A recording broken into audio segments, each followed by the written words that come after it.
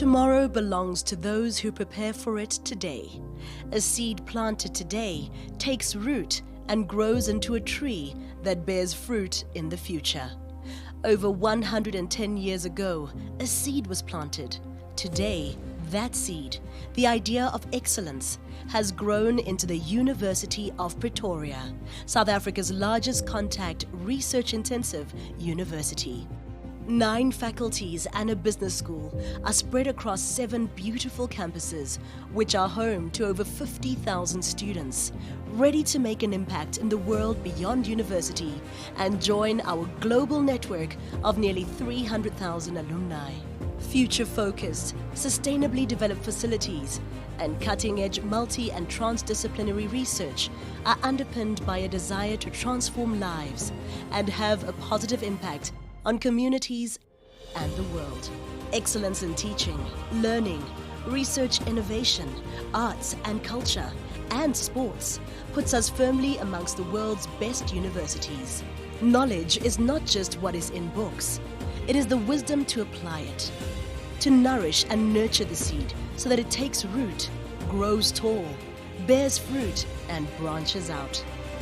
UP plants that seed, that tiny bit of curiosity, creativity, critical thinking, hope, the desire to care, respect, help, and innovate against all odds, to grow, to leave your mark, to excel, to challenge the norm, to think, to rethink, to discover, to inquire, to lead, to have courage, to make a difference, and to persevere. This is the University of Pretoria. We make today and every day matter.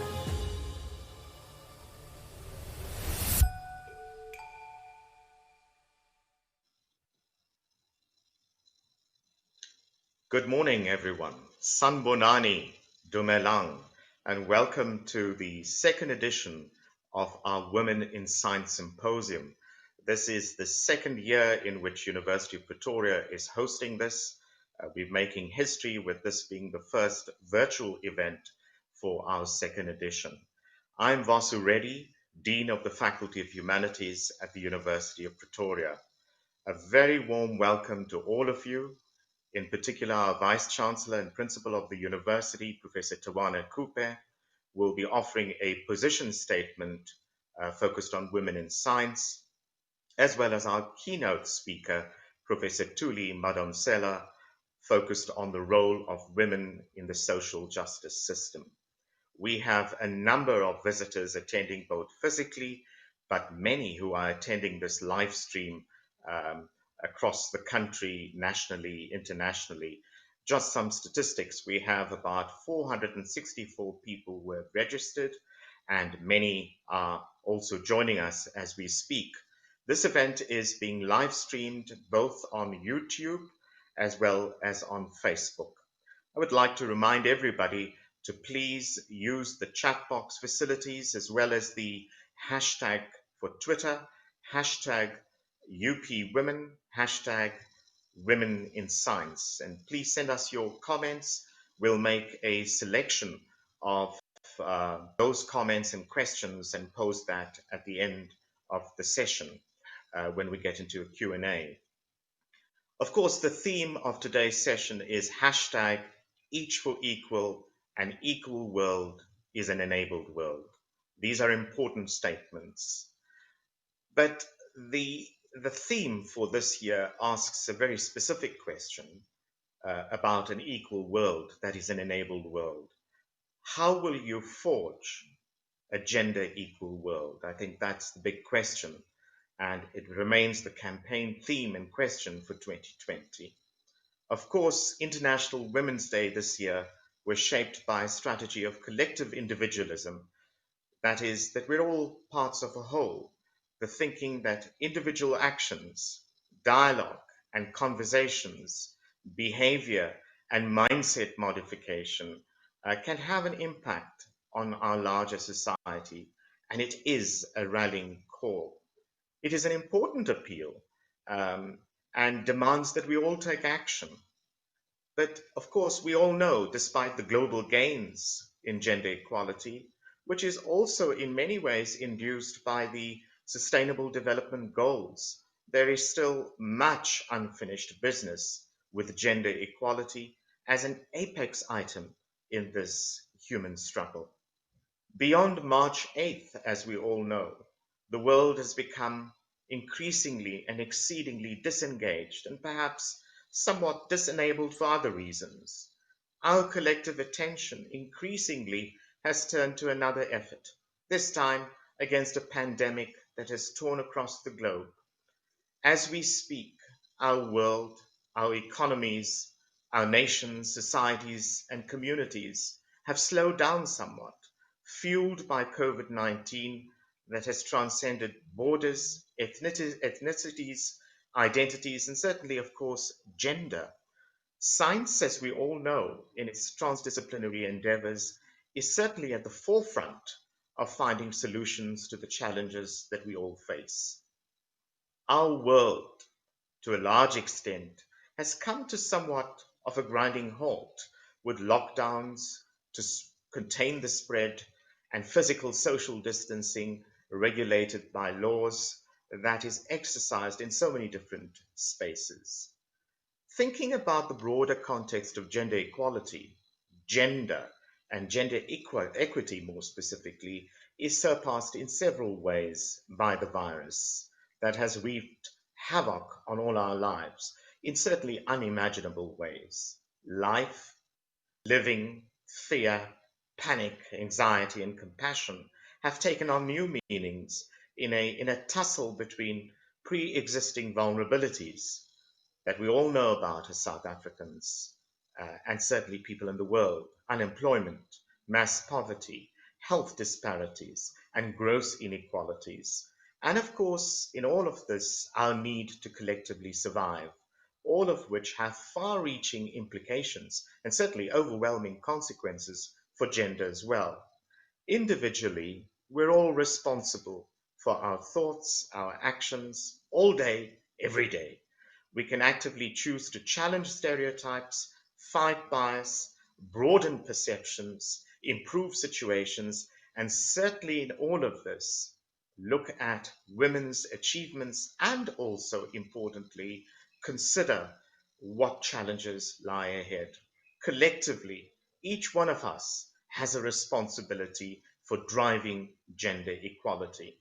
Of course, this event is taking place as we commemorate Women's Month, and certainly most recently on the 9th of August, Women's Day in South Africa, which has had a central history in the broader history of this country.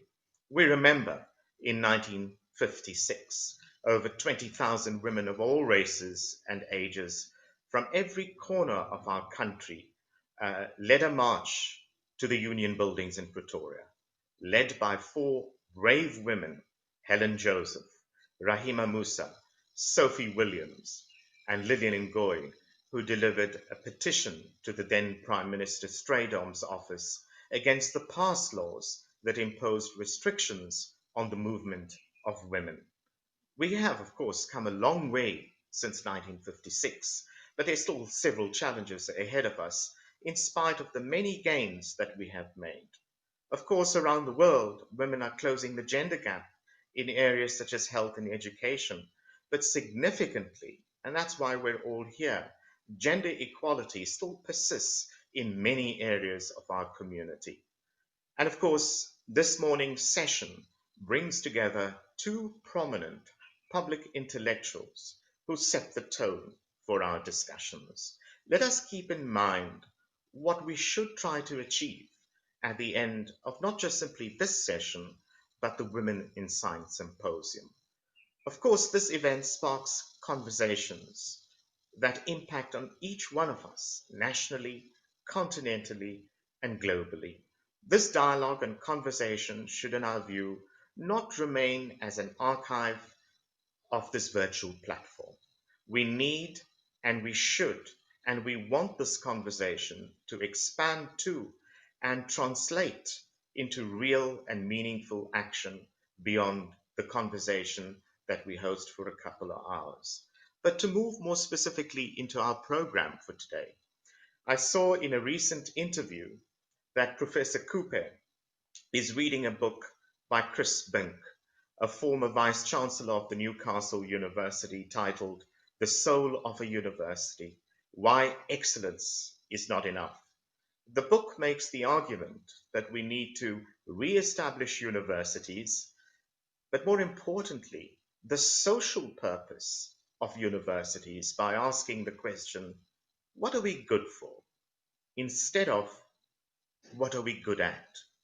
And of course, that raises a very important question. Equality means nothing if we don't know what we are good for. In other words, how do we promote positive social change in all that we do? Of course, we are living in a society filled with significant social challenges, where equality is threatened by greed, and women are increasingly, as we see, the growing targets for physical and verbal abuse. In times like these, equality,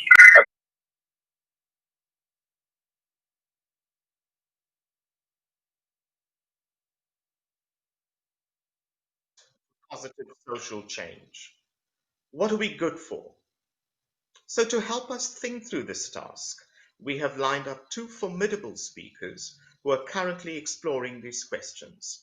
Professor Cooper will introduce our keynote speaker, Professor Madonsela, but let me turn to our first speaker, Professor Cooper, who is the head of the University of Pretoria, the country's leading research university. And he, of course, has had to reimagine an institution during a time of turmoil by balancing severe economic constraints with the need to forge academic progress, all during a pandemic. And certainly, this is no easy task. It is times like these in which leaders have to be agile and open to reconceiving their roles, to spark innovation and grow our social conscience.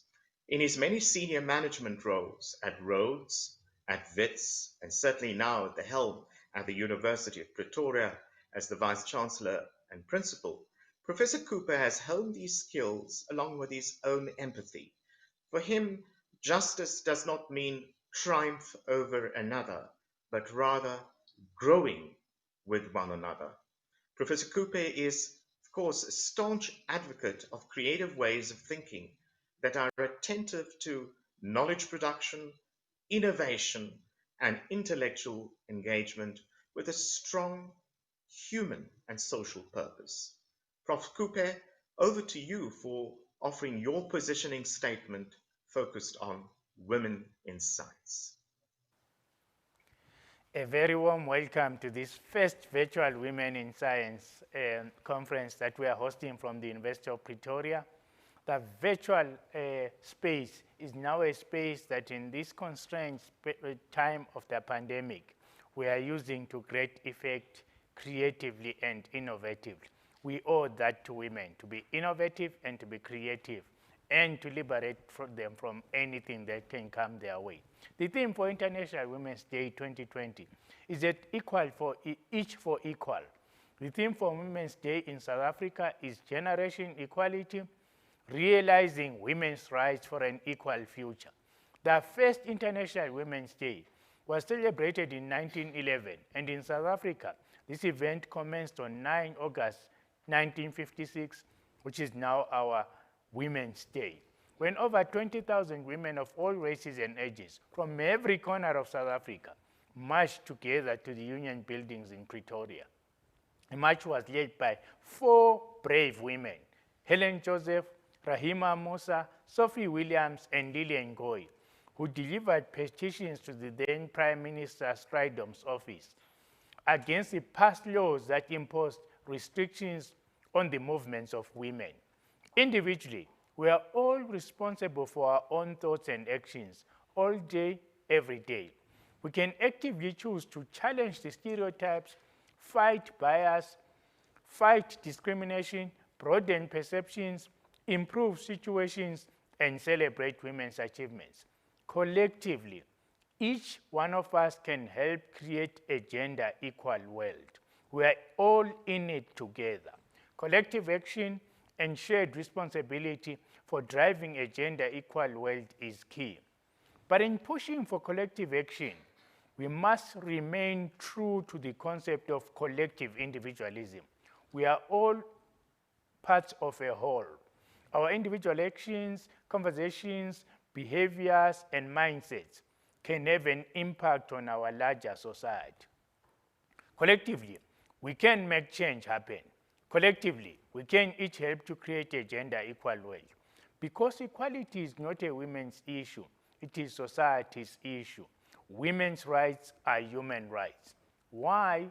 Why such a proactive push to reforming social norms, social practices, and social structures? Women have a critical role to play in Africa's development, and women scientists in particular are able to push the envelope on gender equality, one of the 17 Sustainable Development Goals, the SDGs. As many young women pursuing careers in science are all too aware, persisting gender inequality often severely limits them from achieving their potential and effectively contributing to development challenges. Although significant progress has been made globally in closing the gender gap in primary school enrollment, gender inequality prevails elsewhere. This includes in science, where women remain heavily underrepresented. Recent data from UNESCO indicates that only 29.3% of researchers employed in research and development, R&D, globally are women. This level varies across regions. While many countries in sub-Saharan Africa have enacted science, technology, and innovation, usually called STI policies, some of which have gender-related objectives aimed at promoting women's participation in science, they are rarely implemented.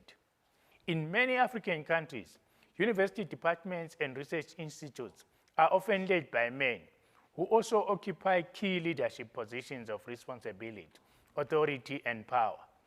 Persisting gender biases and stereotypes embedded within these institutions create an often challenging work environment for women scientists and women in academia in general.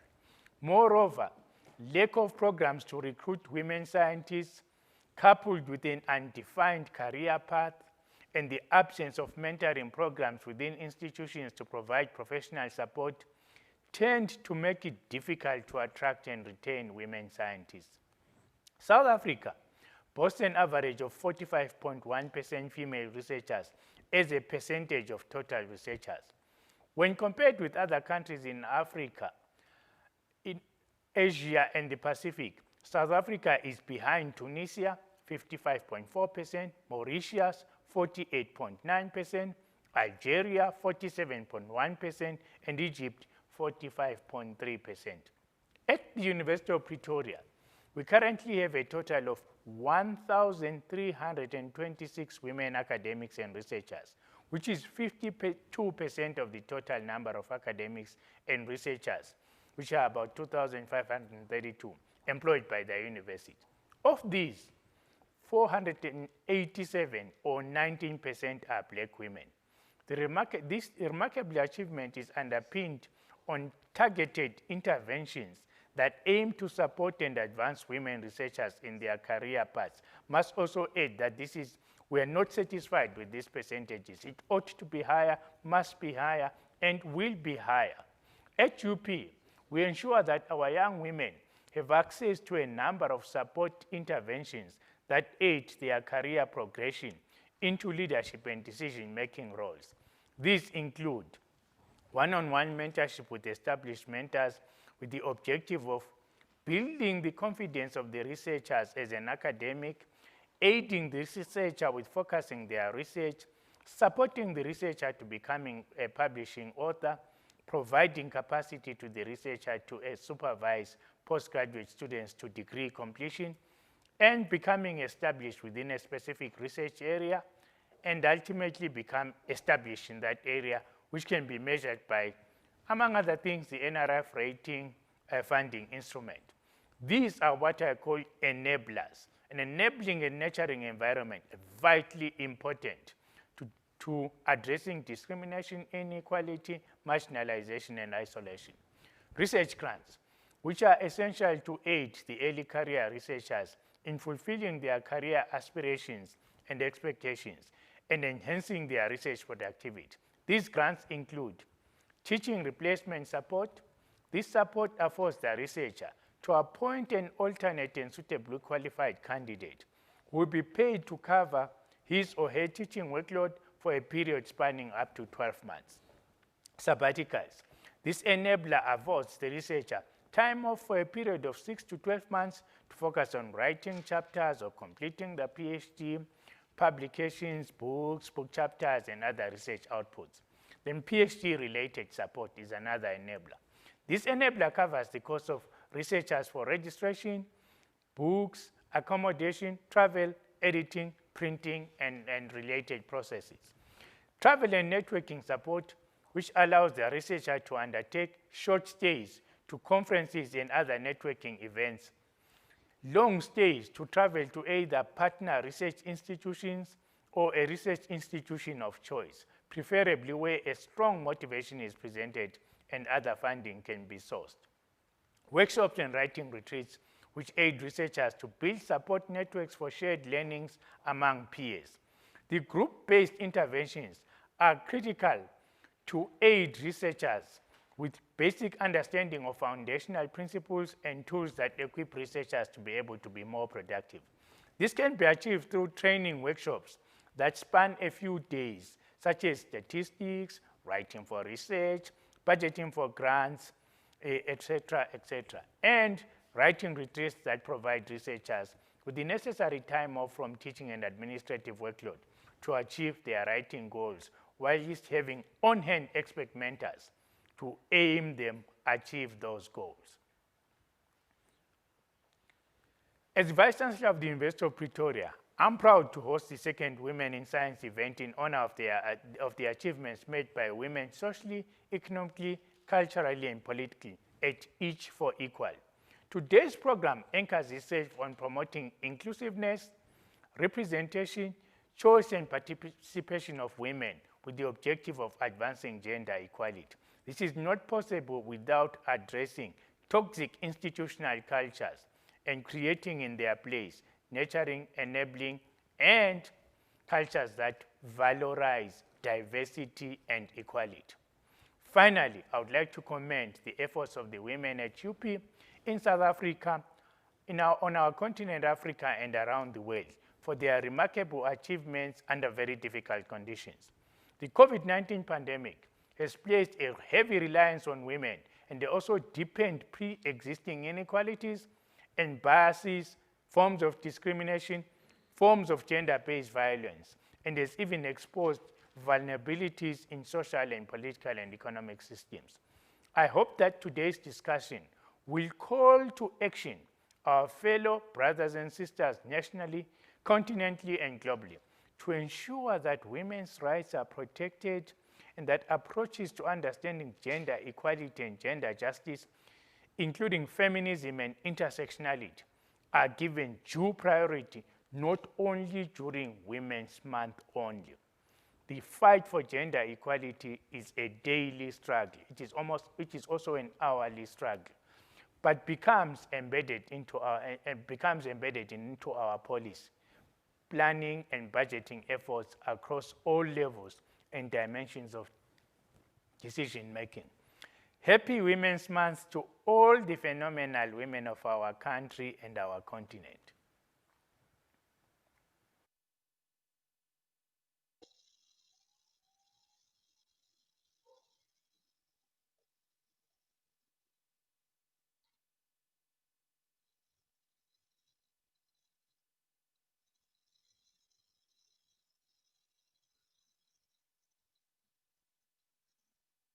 We seem to have a technical break. We'll be back in a sec.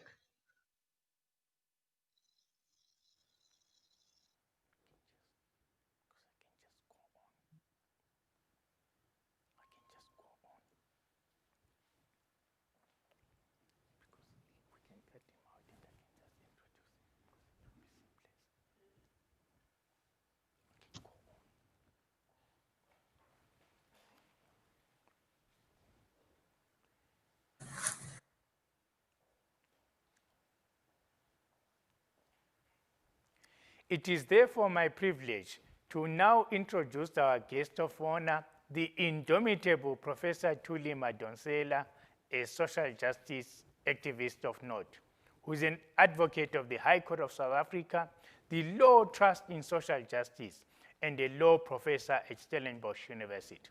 She founded the Tuma Foundation, a democracy, leadership, and literacy public benefit organization, and convened the Social Justice M Plan, a Marshall Plan-like initiative aimed at catalyzing progress towards ending poverty and reducing inequality by 2030. Professor Madonsela has 8 honorary Doctor of Laws degrees, one of which was awarded by the Law Society of Canada. She holds a BA Law from UNISA, a Bachelor of Laws from Wits University, and a Harvard Advanced Leadership Certificate.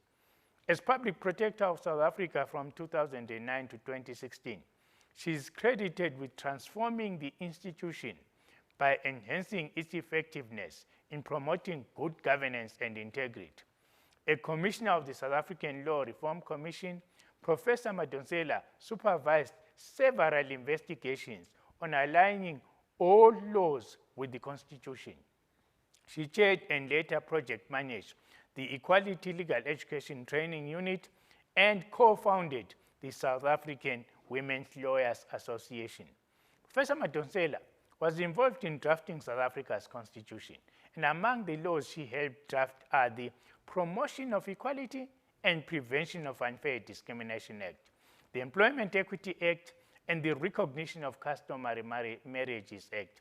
The widely published legal professional is also a monthly columnist for the Financial Mail and City Press Rapport, and is a sought-after speaker.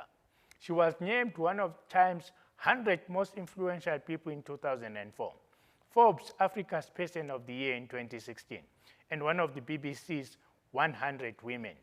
Peer recognition includes the Commonwealth Lawyers Association's Truth and Justice Award, South African Law Society's Truth and Justice Award, the German Presidential Medal, and the African Peer Review Mechanism Anti-Corruption Crusader Award. Ladies and gentlemen, we're greatly honored to have Professor Madonsela address us today. There is no better person who could do this. She's an inspiration to all of us and my personal inspiration. Thank you, Professor Kupe, and thank you, dear colleagues, for the privilege to join you this morning. Happy Women's Month to the University of Pretoria, to women in science, and all the women of the world and friends of women. I've been asked to speak to you about the role of women in advancing the social justice system. I was overjoyed about the system's approach. And you can tell that I'm dealing with scientists here because I have never been invited to speak about a system. People just tend to think transactionally. I recall many years ago, a friend of mine, we were working together at the university. We were working together at the Department of Justice. She had just finished building a beautiful home and needed a certificate of occupation from the Pretoria municipality. On several occasions, they assessed her water system and failed the building, and they were refusing to give her a certificate of occupancy. And every time she would get a different engineer to look at the problem. And the problem was that in the bathroom, the water kept coming up. When you flush, the water just kept coming up. And all of the engineers she had used, some engineers are not as good as they should be. They were looking at the problem, localizing it in the bathroom. Until in real desperation, she asked the engineer from the city of Tshwane and said, can you come and look at my house yourself and find out what is the problem? The engineer came. It's a huge estate. It's a huge property within a huge estate. And it's these country estates. and people there have their own borehole and their own sewage system. And when they went to check, they found that actually the problem was not located in the house, it was located outside. And the water was being sucked back into the system. And they corrected that, and she was able to get him occupancy certificate. But what was the lesson from this is that often when we complain about problems, for example, like there aren't enough women in the workplace, we've made a lot of progress, as Prof. Kupe speaks about it. We've made a lot of progress, and nobody can say to you as a woman, you can't be a scientist, you can't be an engineer, you can't be a mathematician, you can't be a technology expert. Nobody can say that openly, but we do see that the numbers get whittled down as women go through the value chain. Some call it unconscious bias. I would say, yes, there might be unconscious bias in the workplace, but the problem lies in the entire system, in the system of society, which produces human beings. Our access to nutrition as children may determine later our brain development. The literature we expose to, education in the home, may determine how we are going to be able to perform at school. Access to computers, access to the internet, access to research using the internet may determine how you're going to perform in society. But more than anything else for me, what we need to understand is we are a system, and whatever happens in one part of the system will influence what happens elsewhere. And I was asked to therefore speak about the social justice system. I believe the coronavirus, COVID-19, has been one of the best lenses for us to view the state of social justice in the world and in our country. You will agree with me that the majority of people that are carrying the burden of getting us through this dark time in our lives are women. They're doing so as mothers, as wives, as sisters, performing a double shift. I'm sitting here with you at my house. I find myself at my house. It's lovely that I'm operating from home, but somebody said that women have been set back to the 50s by the coronavirus, COVID-19, because if you're at home, you're expected to cook once again. You're expected, if there's a child, to look after children. Many of my colleagues are doing homeschooling. Well, one or two colleagues. I've heard Professor here, for example, say he does some of it, but it's like it's voluntary. Whereas women, somebody must do it, and they do it. And that's coronavirus. Just firstly, the burden of getting us through the coronavirus, COVID-19, is falling squarely on women in the domestic setup. It's also falling squarely on the shoulders of women. The burden of coronavirus, COVID-19, is also falling squarely on the shoulders of women on the front lines. Your university and many other universities have medical schools, and some of your colleagues have passed on defending us on the front lines of coronavirus, COVID-19, and may their souls rest in peace. And condolences to the families.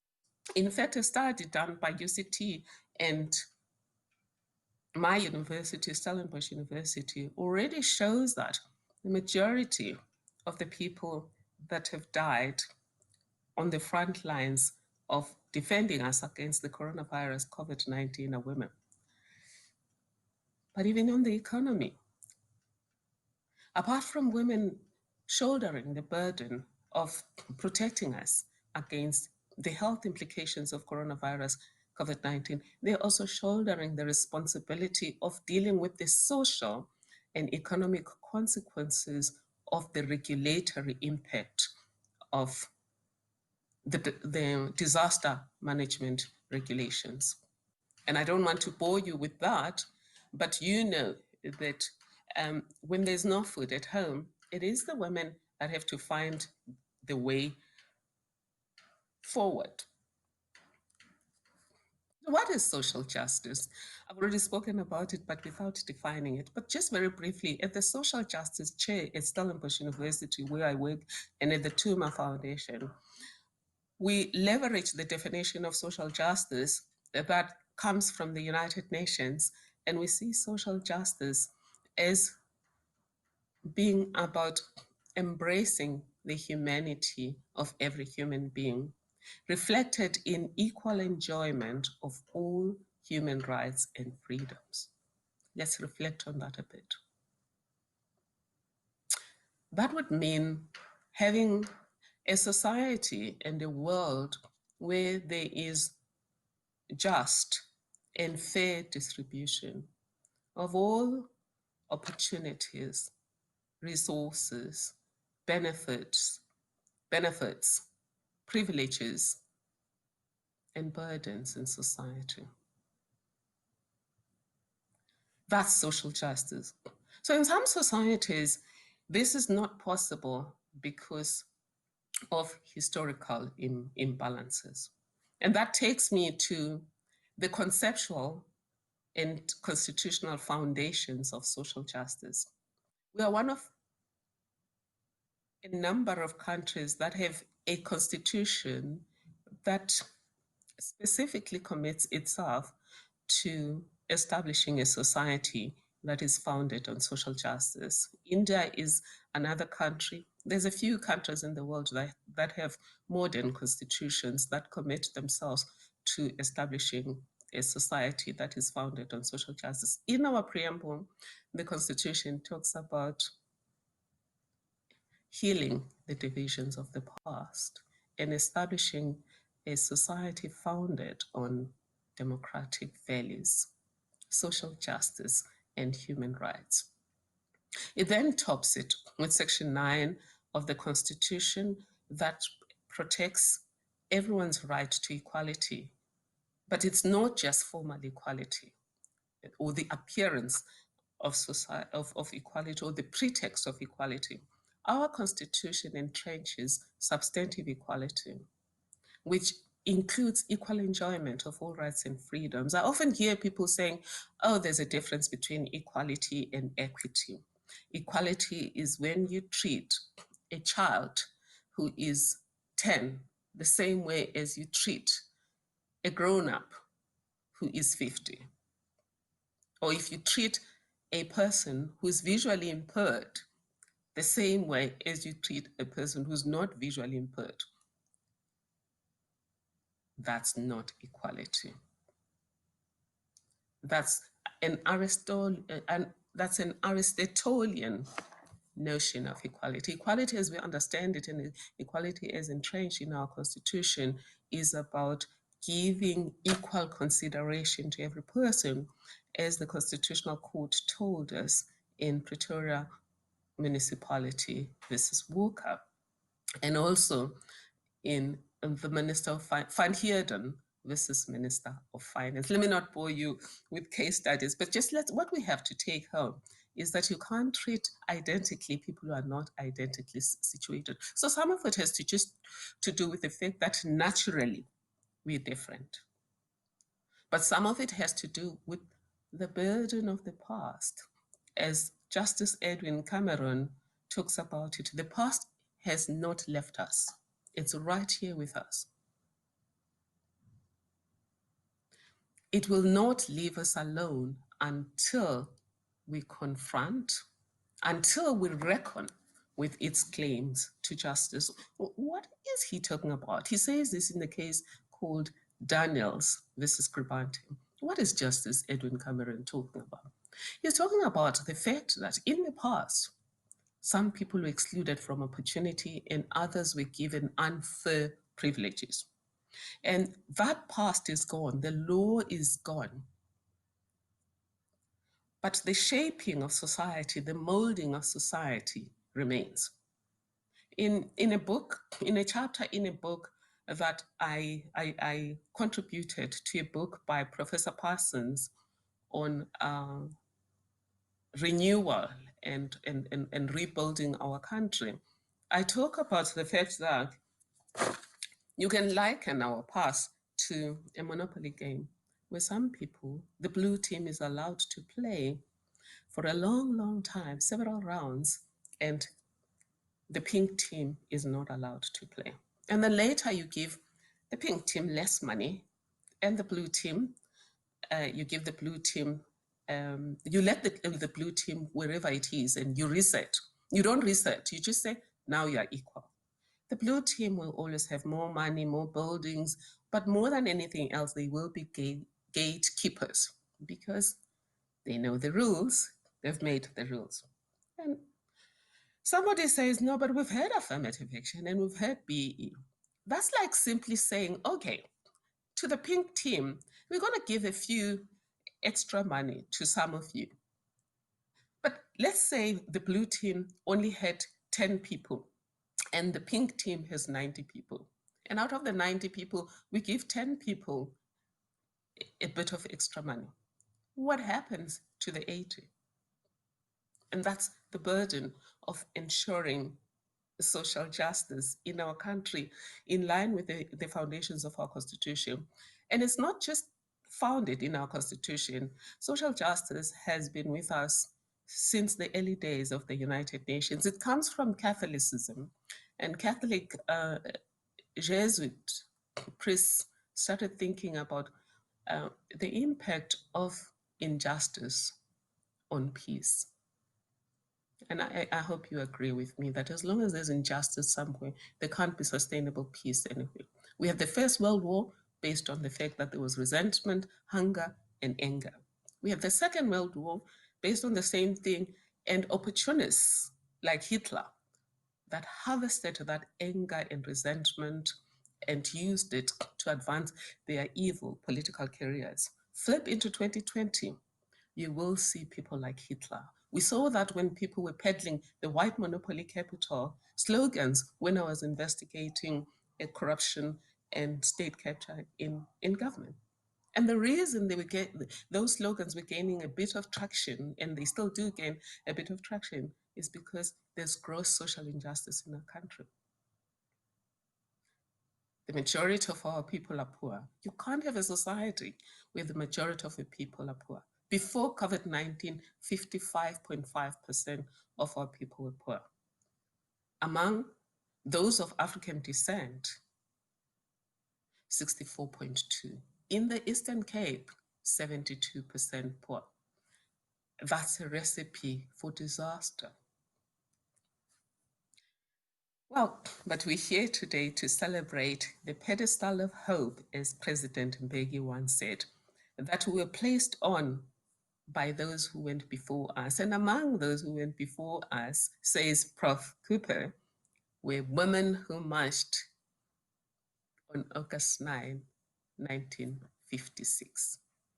It is that march that gave us hope. It is that march that told us, firstly, injustice is wrong, but secondly, that women can play a role in pushing back against injustice. Those women, together with men, side by side, delivered the Constitution we celebrate today. But it's like passing the baton because the journey is not through yet. Hence, Professor Roosevelt Muscanter from Harvard says, you must always remember when you are on the pedestal of hope that a pedestal is not a summit. So when President Nelson Mandela passed on, after we had a great constitution, great laws, etc., that was not a summit. But, or even if it was a summit, I have learned, having summited several mountains, that even if you summit a mountain, you still find yourself back in the valley, climbing yet another mountain. Again, Nelson Mandela warned us about that. I mean, after summiting Kilimanjaro, I thought no mountain can defeat me. But early this year, just before COVID, Table Mountain, can you believe it? gave me a tough time. It really did show me flames. So life is like that. And the women's struggle is a struggle that has had summits and back in the valley. But each time we move forward, and many of you are thinking about gender-based violence, and they're asking themselves, how do we speak about summits? How do we speak about a pedestal of hope when women are dying every day? When just sitting in your house, you can be raped. When getting in your car is not safe. Worst about those who walk, which is the majority of young women in this country. Vicious crime is being unleashed against them, which I do believe, by the way, is a backlash against women's success. So how do we tackle those challenges? I have 10 ideas for women in science, moving the needle in terms of where we are on social justice broadly, including social injustice that has set women back. Here are the 10. The first one is social justice impact conscious actions. And that's the Musa Plan for Social Justice that we've come up with at Stellenbosch University in collaboration with women in this country and Tuma Foundation under Women Healing the Divisions of the Past. Key to the social justice plan is policy reform, leveraging data analytics to plan better. Because one size does not fit all. If you come up with a policy, we've seen that with COVID-19 regulatory impact. If you just pass a law or regulation without thinking about affluent suburbs versus poor townships, urban areas versus rural areas, grandpas and grandmas versus 20-somethings, children versus adults, Black, white, LGBTI, and others, nationals and non-nationals. If you don't think about those things, many people fall through the cracks, and we ask ourselves, why are so many people left behind? Because in going for one size fits all, we often go for men's size fits all. And even then, it's not every man. It would be a man who's affluent and educated and has everything going for them. So that's the M plan. It has other factors, though, beyond just leveraging data analytics for impact conscious policy, for social impact conscious policy planning and legislation planning.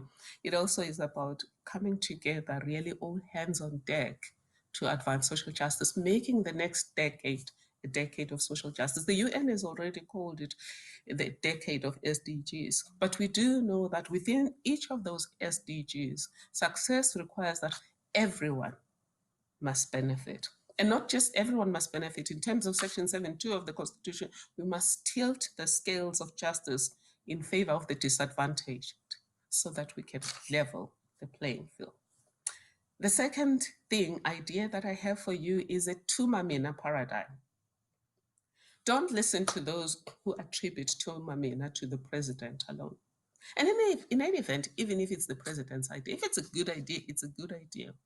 As Tuma Foundation, we also had the Tuma Mina idea from the day we were formed, which was at the end of 2016. And the idea of Tuma Mina simply says, if there's a problem that has to be solved and I can solve it, I will Tuma myself. Think about Florence Nightingale in science. If she had folded her hands and said women are not even regarded as persons, as full persons under the law, they're excluded from this, that, and not helped, we wouldn't be having the nursing profession today. So Florence Nightingale Tuma'd herself. She said, if there's a problem that must be solved, I will solve it. And look at us, COVID-19, 2020. We know that we have a profession that is there in every nation because one woman did not define herself by how the rest of humanity was trying to contain her. defined herself based on understanding that every human being is born equal and is capable of doing whatever they put their minds to do. And that was the Florence Nightingale approach. The third one is ecosystems thinking. And we've already spoken about systems thinking, but ecosystem is about we interconnected, Ubuntu. I am because we are. Together, we will move forward. But if I fall, you too will fall. Probably not immediately, but later. If you look at how the human society has survived over the years, it's purely because of ecosystems thinking and ecosystems working together, protecting each other so that we're better against the elements. Social animals like elephants do the same thing. You will recall the day the one elephant stood by and looked at a little baby elephant that was about to be left alone in a ditch because the mother had failed to take it out. This matriarch from another herd of elephants stepped in to pull out that little baby. Why did she do that? Whilst her own herd was creating a buffer between the lions and the little one. Why did she do that?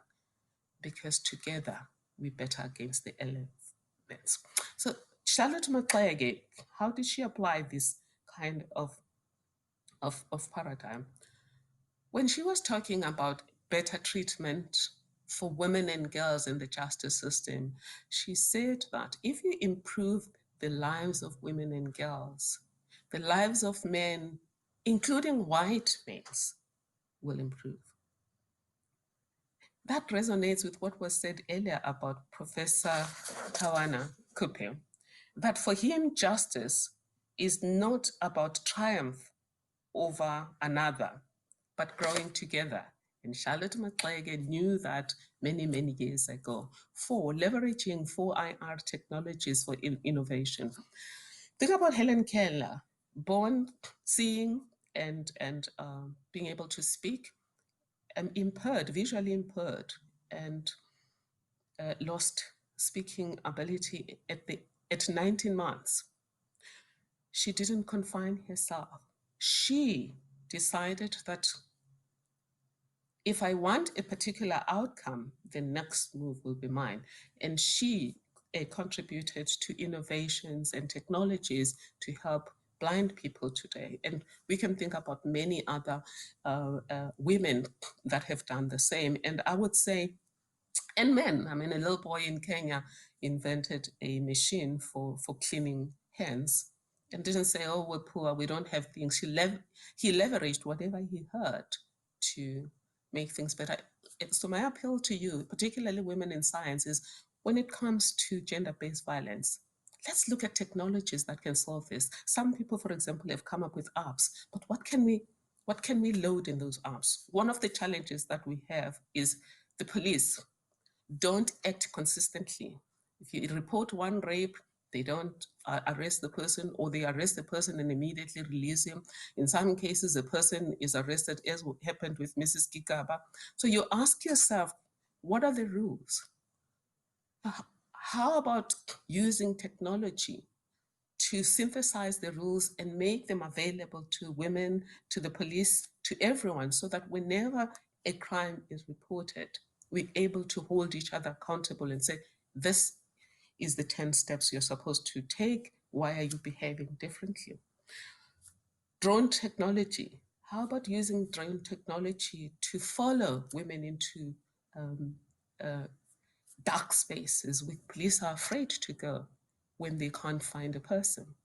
So 5, excellence antidote. When we were growing up, the one woman we all knew about as a scientist was Madame Marie Curie. Everyone even forgot that she was a woman, because she herself forgot that she was a woman. All she knew is that she was a scientist, she had a God-given brain, and she used that to discover the radium cure.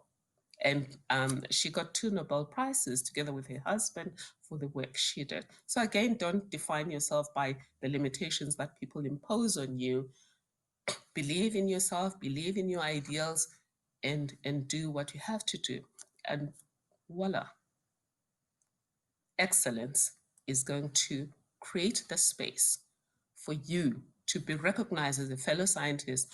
I do know that sometimes we complain a lot about being excluded, but Oprah Winfrey says, really, the best antidote to bigotry is excellence. So why not maybe complain a little and just do the work that you're supposed to do?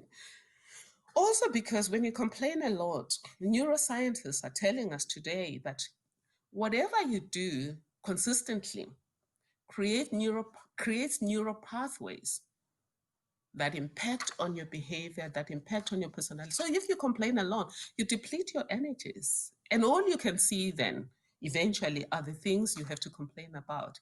And that limits your ability to think about the things you could also do. And it's Carver who talks about, your sphere of control and your sphere of influence. We have a choice. Are you going to focus on your sphere of influence or your sphere of control? If you're going to focus on your sphere of concern, if you're going to focus on your sphere of concern, you will diminish your ability to influence. So that's a choice you have to make. 6, leveraging privilege. People like me, and I suspect women in this virtual room, are privileged in different ways. You may be privileged because your parents, your ancestors got privileges of colonialism, apartheid, or whatever. Or you may be privileged like me because you got the low-lying fruits of democracy because of your political connections. Well, it doesn't mean you didn't work hard. I worked hard, but trust me, if it wasn't affirmative action and my political connections, I would never have been public protector. We must own these privileges and then say, how do we pass it on? How do we make sure that at the end of the day, it should not depend on who do you know? If you have something to offer to humanity, space should be created for you. And we saw women do that. Schreiner, Oliver Schreiner. Oliver Schreiner was not a lawyer, but he's the reason I'm a lawyer today. She's the reason I'm a lawyer today. Because when there was reluctance to have women admitted as attorneys, the Law Society was fighting against women, saying women were not meant to do this. They don't have the right character. They don't have the right temperament. And they better suited in the kitchen, except that they were prepared, though, to arrest and try women in court. But they didn't think that women should be lawyers to defend others and themselves or to be judges.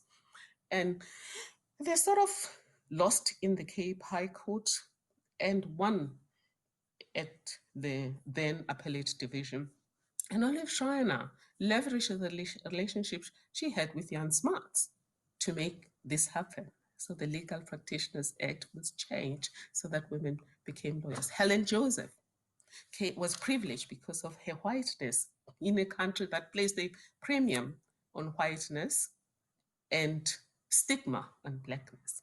She used the privilege she had to help those women who needed to be part of the Women's March of 1956, those who didn't have cars, who didn't have accommodation, who didn't have access to financial resources. She was part of helping that. Mom Sophia Dubrain was part of that. She tells the story of how they helped each other, knitted, collected money, drove those who had cars, drove up and down to make sure that people were bussed in, got into trained, and we had 20,000 women at the Union Building without cell phones, without WhatsApp, without any of the modern instruments. It just took commitment. It just took those who had privilege, passing it on, but nobody complaining, everyone doing what they could do, which is the two-Mamina approach. Charlotte McClay again, first woman to get a BSc, to get a degree, first Black African women of African descent in this country to get a degree, BSc degree. She decided to use the space she had to open spaces for better justice and for women and children in courts.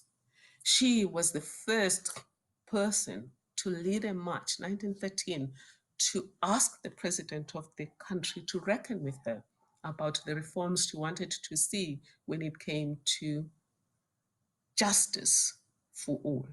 And she's the first person in this country to understand that equality requires equal consideration for all. You can't treat people the same if the circumstances are not the same. That was Charlotte Maxwege. 7, passing it on, multiplying. You all know Professor Nyokeng from the University of Rhodes. What I like is her enthusiasm for developing young scientists, not just to do science for the sake of science, but to use science to solve the problems that we have. I mean, she's doing fantastic things about many things, but what I found her doing that I thought was super fantastic was nanotechnology. And the way she explains things, even I, being a lawyer and not a scientist, she makes science accessible to everyone. She makes it accessible to children at high school.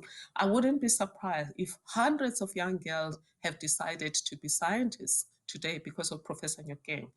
We do know, though, that the number of girls going into technology is declining.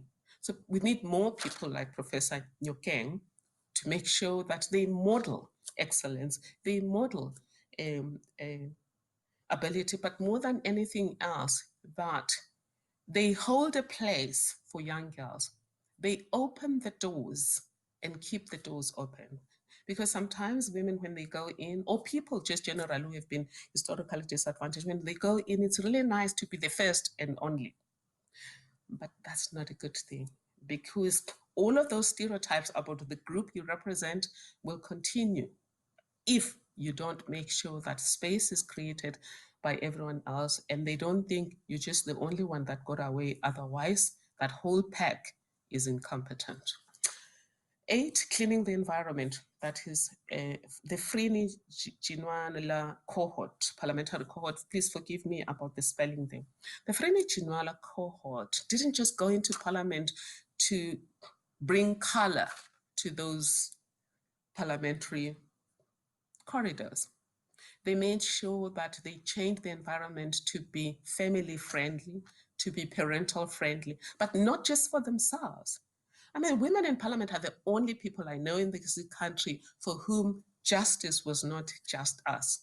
I know, for example, that parliamentarians came in with a law that made sure that politicians get affirmative action when it comes to pensions. That's what you'll see in the Minister of Finance versus Van Heerden case. So that was just as just us. But the Frene Chinala cohort looked at where else do we open channels for equality, maintenance act, domestic violence act. I know because we were encouraged to work on these areas and worked in these areas, customary marriages, etc. So when you get the space, create an affirming environment for all, but not just for women, for all of humanities, because the idea of women being change agents for social justice is that they should make sure that the humanity of everyone is embraced, that men should have nothing to fear, but the chains that bind them because of gender bias. Building bridges, he for she. Often today, young girls like saying men are trash. I don't subscribe to that. I know people are entitled to their opinion, but I don't subscribe to that because women won certain rights that we got up until now all over the world because women dissolved bridges. Even if you just look at the struggle for democracy in South Africa, that struggle yielded results because it was not black versus whites. It was black and white good human beings side by side fighting against the evil system of apartheid and colonialism. Same thing with gender. Everything that has been yielded to date was about men, good women and good men fighting against sexism. He for she campaign from the United Nations is one of the reasons we've now gained traction on the gender front. And from he for she came, for example, Me Too. Me Too, if it had just been women alone, would not have gained the traction that it gained. And I then say with women, build bridges. Again, among women themselves. 1956 that we celebrate is about women transcending color, religion, geography, etc., to make sure that they join hands to move the needle. Lastly, healing beyond the body. Often when we are involved in these struggles, we forget about ourselves. We forget about healing ourselves. We want to heal the divisions of the past, but we can't give what we don't have. If we have to heal humanity, we have to heal ourselves first, so that there's always plenty from where that came from. And one person, for example, who give you ideas about healing yourself is Caroline Leaf, who talks about brain plasticity. And as scientists, you probably know more than me about brain plasticity. But for me, that's one of the best developments in science, because they tell us now that whatever happened to you as a child cannot keep you prisoner forever. Your brain can be developed intellectually. It can also, your personality can be developed if for whatever reason it was stunted by a trauma when you were a child. And I think for me, that's an area that we can use, because it will help us to change tools, for example, in fighting gender-based violence. Yes, the criminal justice system must step up, but a lot of what's happening with regard to gender-based violence is an issue of mental health and an issue of the backlash, bruised masculinities, entitlements, mentalities, and identity crisis. Dear colleagues, what should women do to play a meaningful role in the social justice system? My call to you, dear sisters, is let's make the next decade a social justice decade. Hence, at the Tuma Foundation, we have a system of talks that is called Women Ready to Lead 2030. That is, you lead from 2020 to 2030. And where does it start? The most important battlefield is the battlefield in our minds. So it starts with leading ourselves and then leading those up there. And the best way to lead is to lead in a manner that is ethical, purpose-driven, impact-conscious, and committed to serve all of humanity with no one left behind. Dear sisters, dear brothers, it is in our hands. Thank you.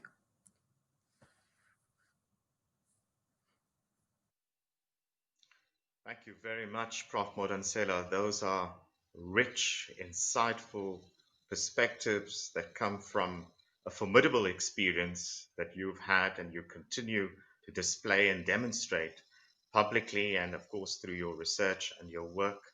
And what I really found quite useful is also a set of not prescriptions, but strategies and ideas of how we can collectively take these forward. In a wonderful way, there's such a synergy between what you and Prof. Kupe have laid out in so many different ways. The synergies, I think, are what matters. I mean, the point raised by Prof. Kupe about justice is something about growing together.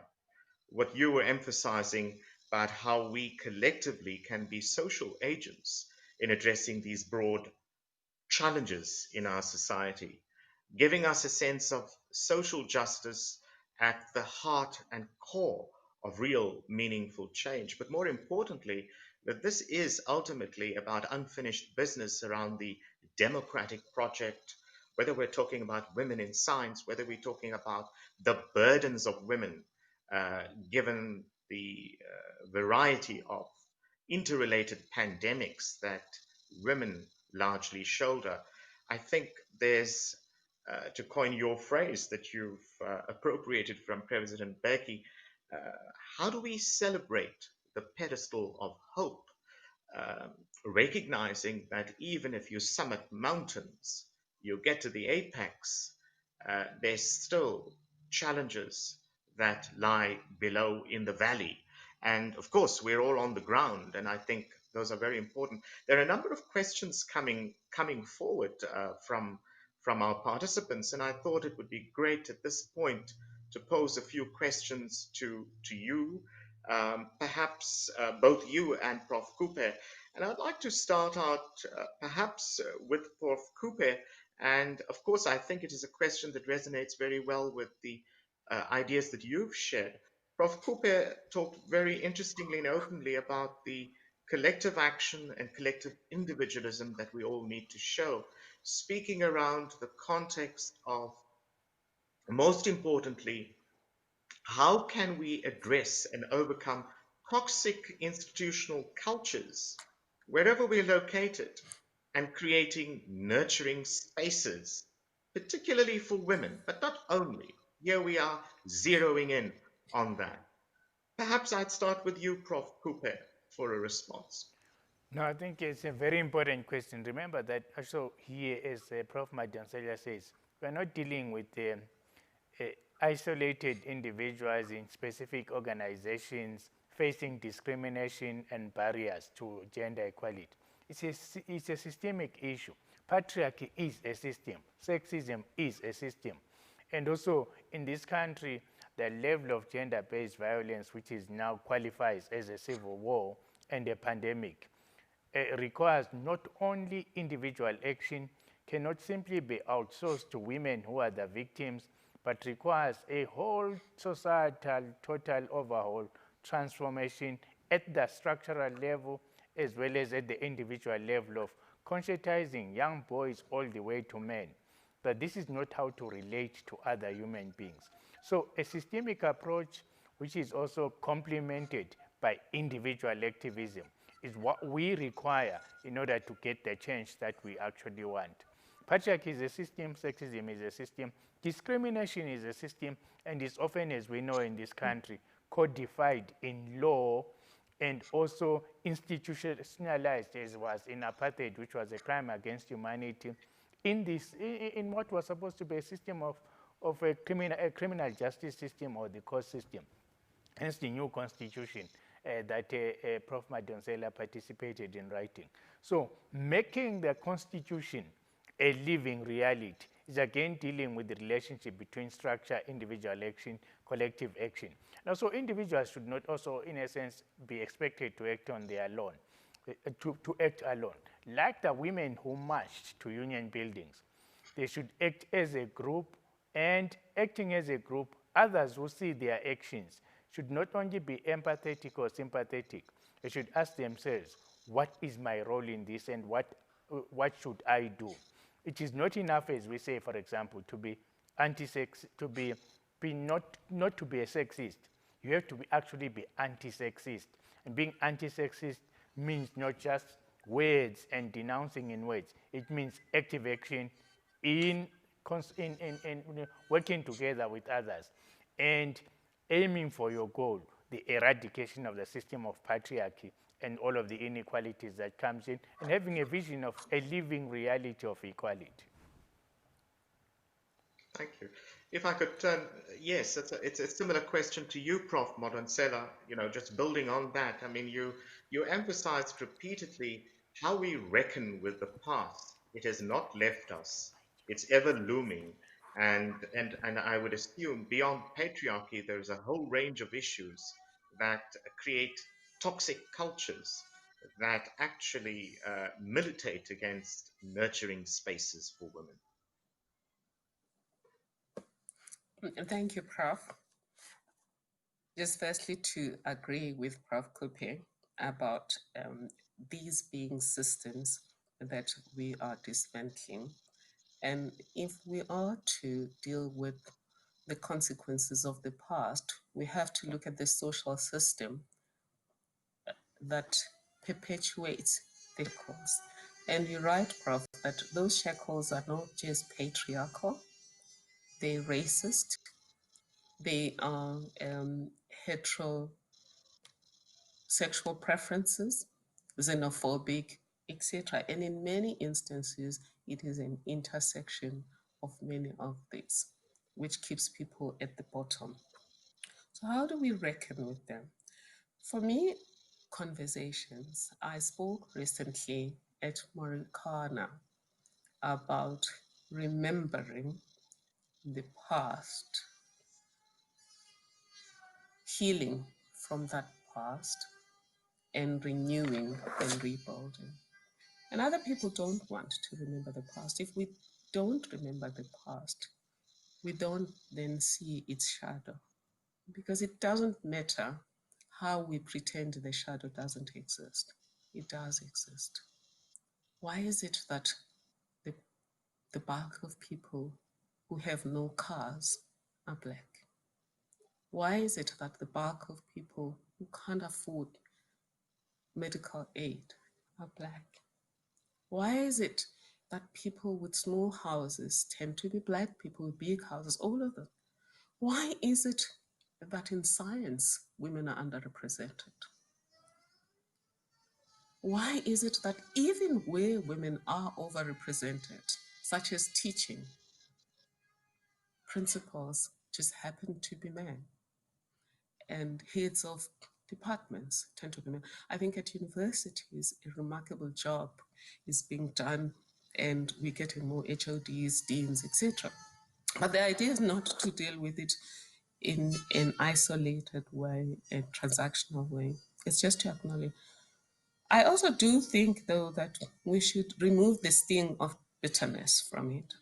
And most of the people in this room, if not everyone in this room, did not invent patriarchy, did not invent apartheid, did not invent any bigotry, whether it's heterosexual preferences or xenophobic or ageism. We didn't invent any, but we are products of these systems.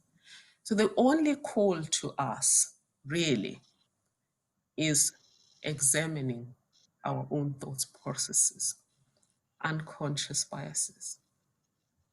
When we evaluate situations, ask ourselves,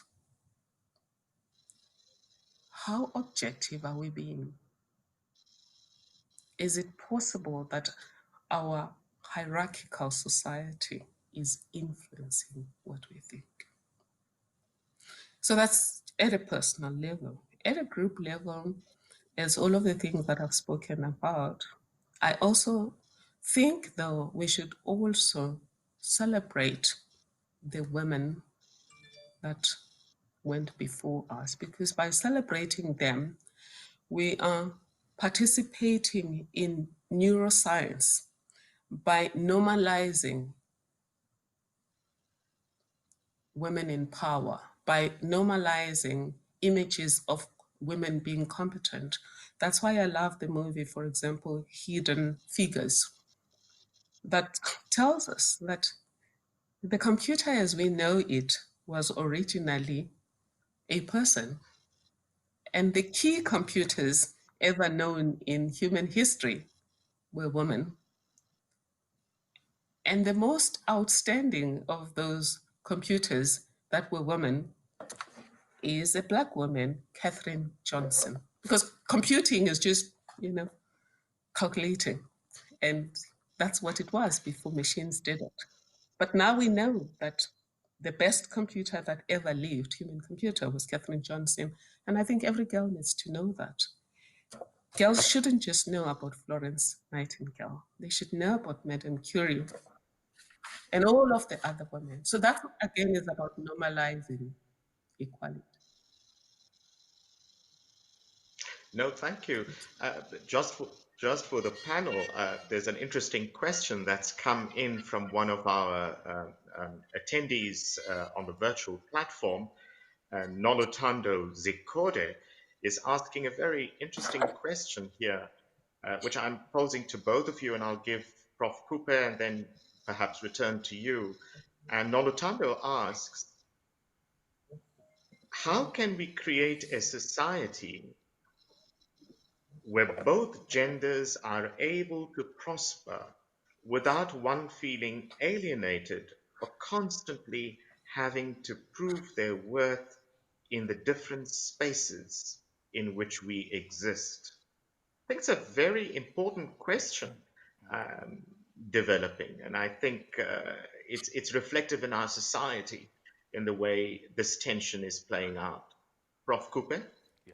I think it's the question, isn't it? Because it goes to the heart of how our society is structured, what its values and its principles and its human rights system is structured against. So it is, as Prof. Madonsela said, about dismantling these systems. So we cannot create the society she envisages without actually systematically dismantling the structures that we want. And speaking from the point of view of the university, is that the university is an institution that trains, molds, educates people, but also produces knowledge that's meant to inform society. So the university at the very best should not replicate the systems that are out in society, although people in the university come from society. It should take the lead role of educating people from their basic attitudes, their consciousness, and also the values of having, or the value of having, a gender equal society. I think without pushing that kind of knowledge, you cannot address the kind of attitudes, practices, and systems that replicate themselves over time, over generations, and deny us the gender equality that you want. I think we speak too little about what would be the benefit, not just to women, because some people see it in binaries. That way women are demanding their rights so that they gain for themselves. I think that what you're talking about is that a system where there is equality is a system that maximizes the benefits to all of us as humanity. It sounds very, very abstract at that very level, but we haven't spoken and actually articulated and given enough examples. I think Prof. Madonsela pointed out that in universities now, there is, albeit slow, transformation towards ensuring that women also occupy all positions of power, responsibility in an institution. Recently, some studies have shown that during the pandemic globally, countries led by women, for example, actually fared better or managed the pandemic in better ways than those that were actually run by men who necessarily did not address how patriarchal structures and inequalities of power, even during a pandemic, reinforce the tendency of men sometimes to be reckless about, the life, the value, and the direction of all of humanity, and not just women. Because remember that also gender inequality affects all humans and benefits certain men in certain power structures and not all. So I think that fundamentally at the level of an education system, not just at university, these things should start from early childhood development through the primary and secondary school, because if you like, you are running a conscientization movement here.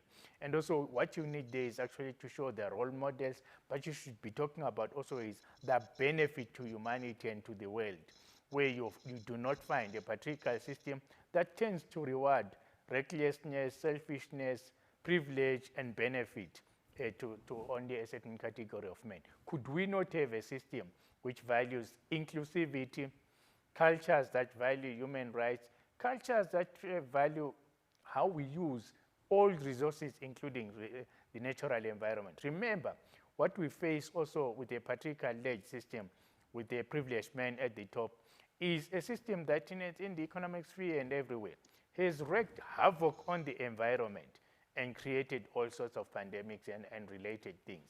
So we need now to actually to be beginning to have that vision of a society which shows what the benefits of gender equality and all forms of equality will bring, and will bring forth a new kind of society where inclusivity, sustainability are key.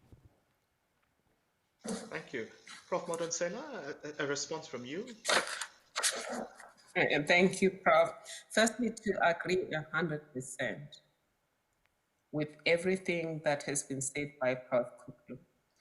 Just in addition to say, the first thing that we need to do is to understand the factors and influencing factors that anchor gender discrimination and other forms of social injustice.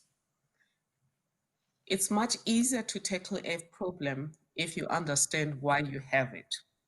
Why do we have continuing gender bias? Why do we have continuing exclusion of women? Why are we having violence against women? despite many years of advancing gender equality, despite laws entrenching equality between women and men. So when we understand all of these, then respond to each and every one of them.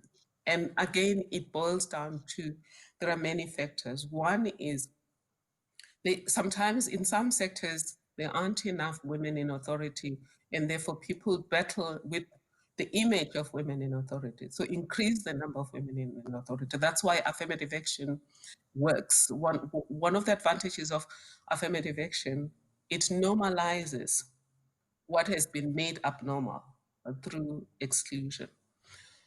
Then you have also to deal with attitudes. We need to help people who grew up believing they were entitled to certain things, whether because they're grown-ups, whether because they're certain skin color, they're certain gender, or because they're certain nationality, they felt entitled to certain things. And you will agree with me, dear colleagues, that if you believe you're entitled to something, when it is taken away from you, you angry, resentful, and often fight back. Susan Faludi, an American feminist, wrote a book about the backlash against women when American women started advancing. I am convinced that in South Africa today, we are experiencing a backlash. It's bruised masculinities. It is identity crisis. We need to deal with that. And one of the areas of intervention that I'm asking you, women in science, because a lot of you also get involved in game design and in advertisement, those who are in technology, is let's find a way to advertise in a way that normalizes an equal society.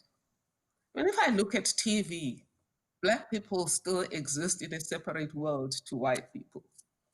If I look at the issue of gender, resources are still associated with being a man.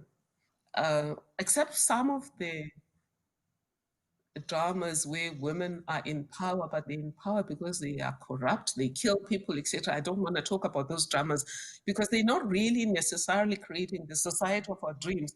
How can we just have dramas and adverts with decent people live together in harmony? Because that creates those neural pathways in our head that normalize equality. One of the anchors of apartheid was the poisoning of the mind. The Black mind through Bantu education, creating subserviency. Women creating gender subserviency and creating white supremacy. You need new messaging throughout society that ends those paradigms. Lastly, we have to make sure that we have a message that is what's in it for all. And that was the Charlotte Maxeke message. People are not going to help you if your advancement means pain to them. Change is pain, but at least there has to be a promise that the future is better for all. And I do think that an equal society removes the burden of shackles where any of our groups in society is expected to behave in a particular way, to own, to protect, and to provide. And if you can't protect and provide, then you're stigmatized. So gender equality messaging is actually unshackling men as well. But also the what's in it for all messaging is about, in this new society, it doesn't mean women must rule. I don't like messages that say women rule better, because that's where men are going to fight to the finish. I just think that, like the book Jesus CEO, it's just different contributions that each individual brings to society, and we have to embrace those feminine qualities. I mean, Prof. Kupe, for example, spoke about the women in the societies where women have led well, and I agree with Prof. Kupe. And the nice thing about those women is that they have allowed their compassion, their femininity to come to the surface. Margaret Thatcher was a woman, but there was no compassion there. And she ruled in such a way that Britain is still reeling from the aftermath of the assault she did on labor rights. We talked today about the casualization of labor. She was at the forefront of that. We're talking about the world that has become far more unequal because we all sit on the shoulders of the lowest paid people in society. So yes, I think men and women, if we all leverage each other's strengths and weaknesses, we can create a better society. And I agree with Prof. Kupe as well that when it comes to institutions and business, they also have to look at how will this advance our dreams as an institution. If, for example, we want to be a #1 university in the world, if we are a company, we want profits, how does creating a community of equals, an ecosystem of equals where everyone's potential is freed and everyone's life is improved, how does that lead to the bottom line? And it can. It can. There's all the research in the world that Prof has referred to that we all know about from the World Bank and others that shows that if you invest in every gender, if you invest in every group, if you invest in every age group, your country will do better and your company will do better.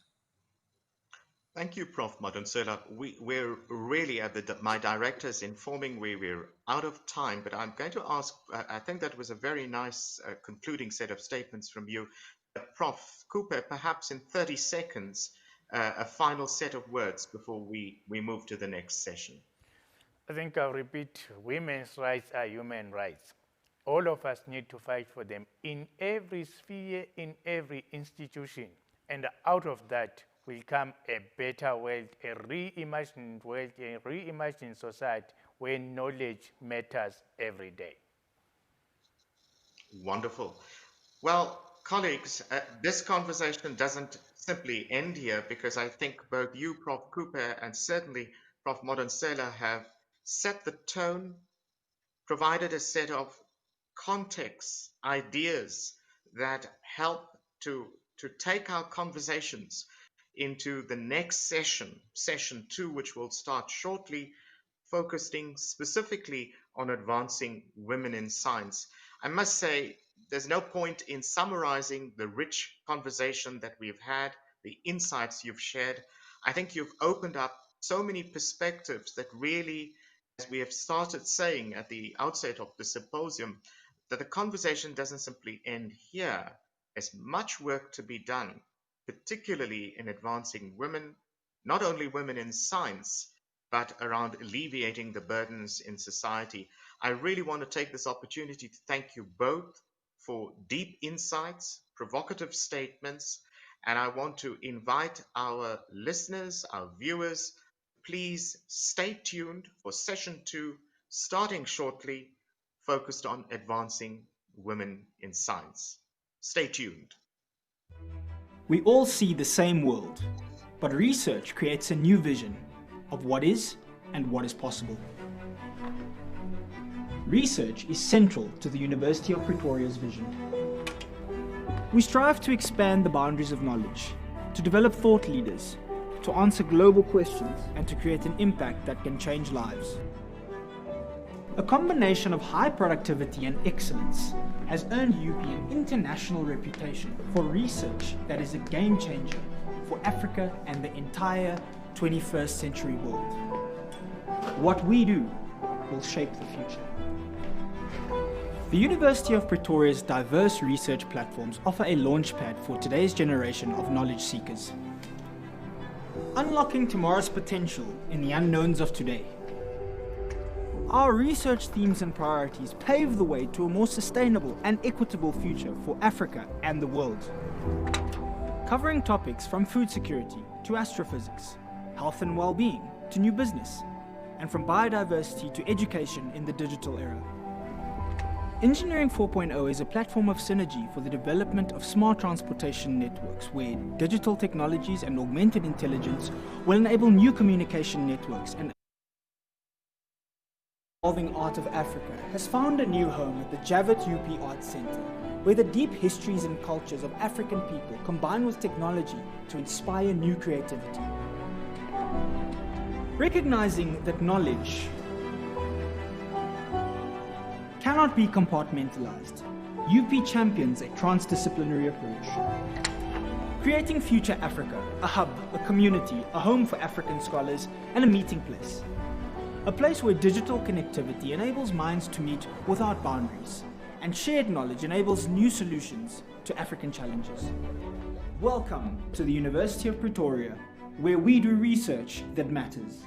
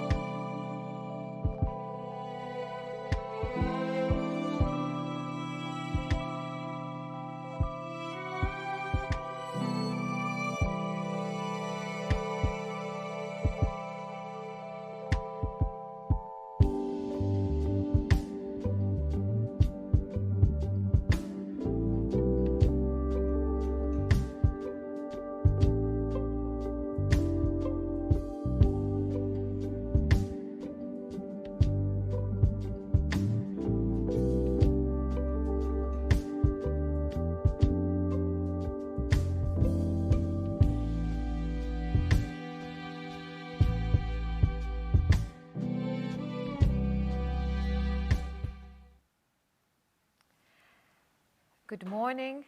My name is Rakeshni Ramuta-Prishal. I am Head of Research Capacity Development at the University of Pretoria, responsible for grants management, early career researcher development and mentorship, and strategic research partnerships.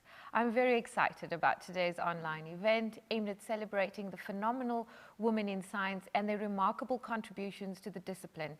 Today's program underpins itself on the theme Generation Equality, Realizing Women's Rights for an Equal Future, #EachForEqual. The message is very simple. Women's equality can't wait. However, as South Africans, the biggest hurdle we face, 26 years post-democracy, and in spite of our well-meant social justice agenda, challenges such as gender-based violence continue to persist, which threatens, if not corrodes, the very fabric of our society. I'm very grateful for the very rich and dynamic discussion that was part of our panelists, our esteemed panelists, Professor Tawana Kupe and our guest of honor, Professor Thuli Madonsela, on this subject matter from our preceding session. One of the key learnings from that session is that it is going to take everyone to think and be inclusive all the time, everywhere, in order to make the necessary shifts. And that includes here at this very moment. We have the power to contribute towards changing this discourse, starting with two very important subject matters, science and gender equality. Both are vital for the achievement of the internationally agreed development goals, including the United Nations 2030 Agenda for Sustainable Development. Over the past 20 years, the global community have come together and made a lot of effort in inspiring and engaging women and girls in science. Yet, women and girls continue to be excluded from participating fully in science. At present, less than 30% of researchers globally are women. When we look to home, the picture is much brighter. Progress has been made. In South Africa, 45% of the researcher population are women. That in itself is a reason to celebrate. Regrettably, this proportion quickly plummets when we look at the number of women in decision-making roles. Take a look at the leadership at institutions of higher education as an example. Only 4 out of 26 universities have vice-chancellors that are female. That's 15%. This is a concerning statistic, given that the National Development Plan, which is our country's roadmap, specifically states that the role of women as leaders in society should be actively supported. The deduction therefrom paints a rather bleak picture. There appears to be no scalable, interconnected, and sustainably funded interventions geared towards supporting women transition into leadership positions, especially in science, technology, engineering, mathematics, and innovation.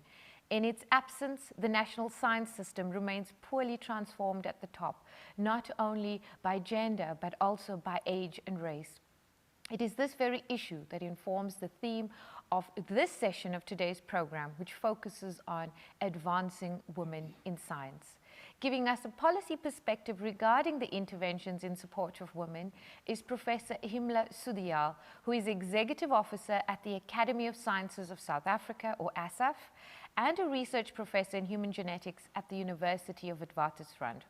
She was previously Principal Medical Scientist at the National Health Laboratory Service. Himla has done groundbreaking genetic research into the people of sub-Saharan Africa. Her studies have identified some of the oldest DNA found in living people today, adding weight to the theory that modern humans evolved in southern Africa. Himla, can you please share with us your perspective on the session's theme, Advancing Women in Science? Thank you very much, Rakeshni, and it's an absolute pleasure to be part of this rather exciting program. At the outset, I want to say that the discipline of science is rather wide-ranging. We tend to focus on hard sciences, but we forget that the social sciences and humanities, the arts, the drama, the sport, are all part and parcel of science. And to kick us off, I want to pay tribute to an iconic South African poet, Diana Ferris, who wrote the epic poem called I Have Come to Take You Home, in respect to Sarah Baartman. On the 9th of August, 2002, Sarah Baartman's remains were interred at a site in Hankie, which is now a National Heritage Site. And if you allow me just a few minutes, and I know I won't do justice to the poem in the way Diana would have, but I think it is timeless for us to celebrate this epic poet and the kind of paradigm shift her poem and her intensity to the cause brought in terms of women in South Africa. So here goes. Remember the veld, the lush green grass beneath the big oak trees? The air is cool there, and the sun does not burn. I have made your bed at the foot of the hill. Your blankets are covered in buku and mint. The proteas stand in yellow and white, and the water in the streams chuckle sing-songs as it hobbles along over little stones. I have come to wrench you away from the poking eyes of the man-made monster who lives in the dark and his clutches of imperialism, who dissect your body bit by bit, who likens your soul to that of Satan and declares himself the ultimate God. I have come to soothe your heavy heart. I offer my bosom to your weary soul. I will cover your face with the palms of my hands. I will run my lips over the lines of your neck. I will feast my eyes on the beauty of you, and I will sing for you, for I have come to bring you peace. I have come to take you home, where the ancient mountains shout your name. I have made your bed at the foot of the hill. Your blankets are covered with buku and mint. I have come to take you home, where I will sing for you have brought me peace, for you have brought us peace. Madam Chair, this poem, which actually created some epic waves in the Parliament of France, when some member of the Parliament, Senator Nicolas Abu, who heard this poem, asked Diana if he could get it translated into French. She gave her permission, and it was that which then bounced through the parliaments of France, the French Parliament, for them to, give the declaration and legislation for the returns of Sarah Baartman to be returned to South Africa. I was fortunate to have been invited to serve on that reference group, together with other iconic women, the likes of Ma Sophie de Bruyn, who we all celebrate as one of the pioneers of the 1956 march, Ma Bertha Mkhize, Chief Jean Burgess, Yvette Abrahams, and Pumla Madiba. So it is because of the work of a poet who was able to reach out to the wider nuances of society that we have done justice in terms of recognizing marginalized communities, the plight of women, and the kinds of social and political injustices of the past which our society has had to bear. And so 192 years later, here we are still discussing the issues about women in science. And of course, we've just heard the epic presentation by Professor Madonsela. And I just wanted to highlight that with respect to the Academy of Science of South Africa, which was inaugurated in 1996 by our famous patron, the late President Nelson Mandela, and was established by an Act of Parliament in 2001, which came into operation in 2002. At the early days, at about 2006, the number of women in the academy was 5%. In 2015, that number rose to 25%. So in the space of 20 years, it grew by 20%. And if you look at the national statistics in relation to about the same time, following on the study by Johan Maton from Stellenbosch University. In 2005, the number of women in the entire science fraternity was about 41%. And in 2015, that rose to 46%, a mere 5% of growth. And here, at our last number of females in the Academy of Science, where the total number of members now stands at 573, 155 people are women. So we have grown to about 27%. While that number is still small, in the last 5 years, we have managed to transform the membership of the Academy, both with respect to gender, and we've had about 53% of our new members in the last 5 years being that of women. Now, how does the Academy of Science of South Africa fare relative to the rest of Africa? In 2014-2015, one of our other panelists, Dorothy, who was part of such a study, published a report in 2017 that showed that at about the same time that the study was done, the Academy had 24% of its members being women. In the rest of Africa, that number was on average 17%. Relative to our BRICS countries, for example, in Brazil, that number was just 13%. In India, 6%, and China, also 6%. So you could see that in South Africa, despite everything we talk about, that we were doing much better. How do we fare relative to the developed world? Well, the German Academy of Science Leopoldina at the time only had 10% of the members being women, the US National Academy of Science 13%, the Royal Society 6%, and Japan 17%. So we haven't been doing too badly, but we should not stop there. We need to continue. Tomorrow, ASAF is going to celebrate our very own members who have contributed to shaping the various aspects of science in South Africa. So we put out an advert, a notice to invite women to participate. And only about 21 responded. This is about 13%. And a few people who are unable to be present at the time sent apologies. Now, why do I make a note of this? Because no matter what you try to do to change the societal view out there, we must work collectively.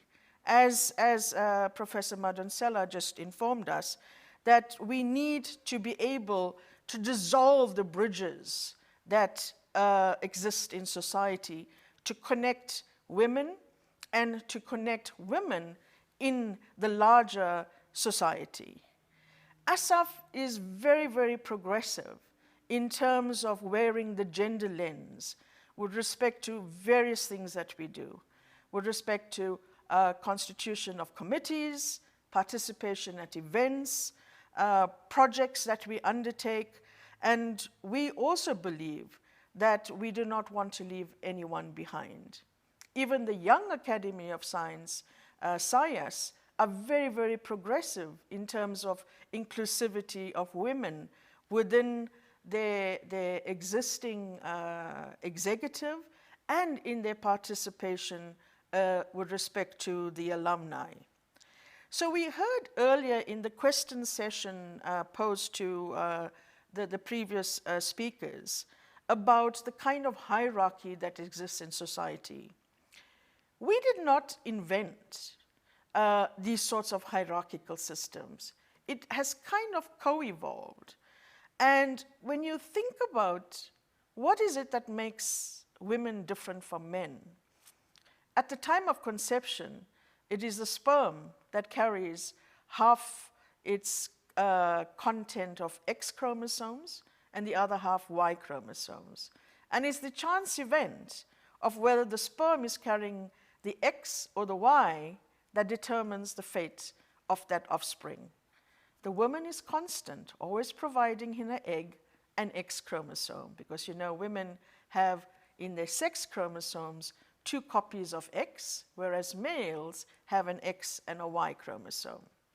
So let's progress through this process of embryogenesis till the baby is born. And we all get all goo-goo-eyed, you know, we're bouncing baby brought into the world, and that love and that bond and that affection and the way in which a newborn child inspires a family. As the child grows, it's still pretty dependent on mum and the mother in society.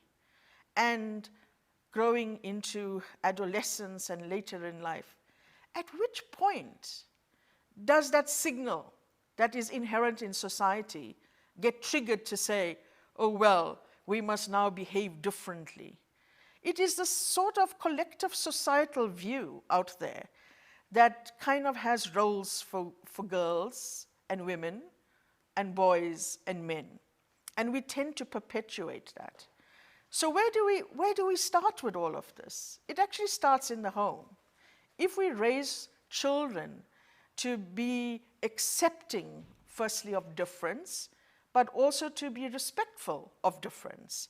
And I think we would do much better in trying to cross those barriers that exist in our society with respect to gender, race, and other issues that are plaguing our society today. So I would suggest that we make the extra effort to try to bridge those gaps in the home, because as one of my colleagues, Professor Ramila Maraj at the NRF says, women are not broken. You don't have to fix women. You need to start mending society. And the sooner we start to focus on the societal view, the kind of baggage we carry with respect to our cultural upbringing, etc., and address it in a significant way to narrow those gaps and to dispel the kinds of diversity that we have actually cloned the gene for, to allow these differences to perpetuate in society, we will not cross that bridge. We have heard Professor Madonsela take us through her talk about 10 examples in the ways in which we can recognize and honor women who have established themselves in various sectors of science. She reminded us about the movie Hidden Figures and the role that women played in putting up the first spacecraft that NASA ever put into space. So women have played a significant role, but has always been shadowed. You know, we seem to be people in the backdrop rather than the front. And so this is where we believe that as the Academy of Science of South Africa, we can try to establish these networks, not just within the country, but across the African continent. Through the network of academies on the African continent, NASAC, that is the aggregation of all the academies on the African continent, the issue of wearing the gender lens in activities permeate throughout all aspects. But unfortunately, the disparity in the numbers of men and women still exists. And so you require not the dominance of women, but the subtlety, the subtle ways in which you bring out the issues that you want to address and work towards, of recognizing young women in science, giving opportunities. From my own career, the most influential person in my mentorship was Professor Trevor Jenkins, a male. He gave us opportunities in the laboratory in human genetics where I grew up. He gave us opportunities to try new things. He gave us opportunities to travel abroad and to engage with international scholars. It was because of mentorship, through a process of empowerment, that many of my colleagues from human genetics have advanced their own careers to hold their own. I mean, my colleague, Professor Michelle Ramsey, who was awarded the Lifetime Award for Women in Science at the NSTF Awards, is also part of that laboratory. Currently, Professor Amanda Krauss is the head of that department, also being mentored by Professor Trevor Jenkins. So men also play an important part in our development. So it's not only that we should have mentors and icons being women, because there are many men out there who also aspire towards helping and enhancing the careers of women and others in science. So I strongly believe that our work is not completed, that we have to join forces, as we have said, that we need to dissolve the bridges that exist in society, and in all contexts where science, used in the magnified view of the word of inclusivity, not just physics, mathematics, biology, and medicine, but science in the wider context of things, can be brought together to use evidence-based approaches to make a difference in society. So from a perspective of the Academy, I am very privileged to be the third executive officer in the sequence.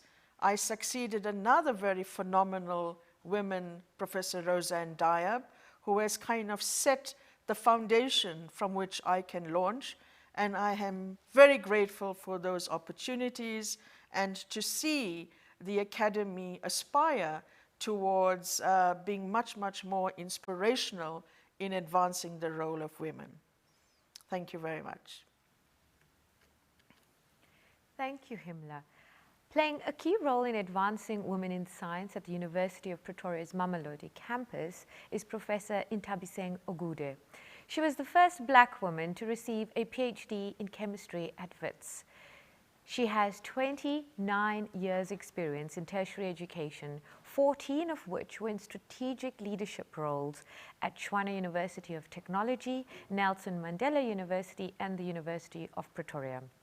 Her work has been acclaimed as visionary by international scholars involved in student access and student success, and has formed the basis of the Kresge Foundation's national initiative, Siyaphumelela.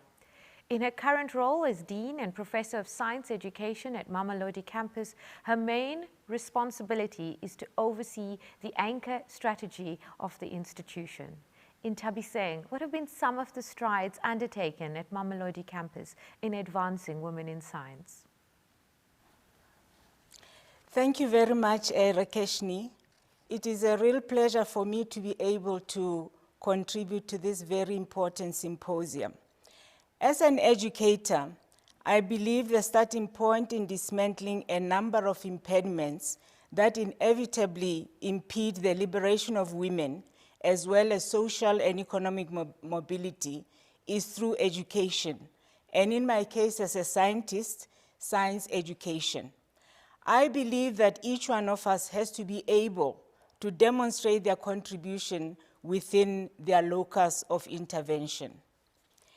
It confounds any kind of reasoning why the myth, for example, that women cannot do the hard sciences like mathematics, physics, engineering, endures more than a century since Marie Curie, the Polish French scientist, whom Professor Madonsela also talked about this morning, received a Nobel Prize for discovering radioactivity. And we have, indeed, in our midst today, many accomplished female scientists. In this presentation, I showcase what I call advantaged women science educators, such as myself, that are devoting their careers and leadership positions to developing the next generation of girls or women in STEM, especially in deprived communities like Mamelodi. The use of the term advantaged here is relative, of course, because in many ways, women as a whole need to be affirmed as an oppressed group. But women and girls in underserved communities are doubly oppressed. As such, if indeed the notion that the investment in the girl child and women has a deciding factor or a deciding impact on a nation's health and development, it is critical that we develop young girls.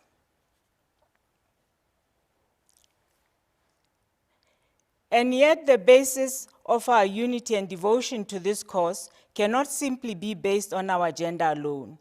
In fact, I think our struggle would be futile if we are not bound by something higher than gender, by higher values that transcend gender, such as good work ethic, compassion, commitment, and integrity.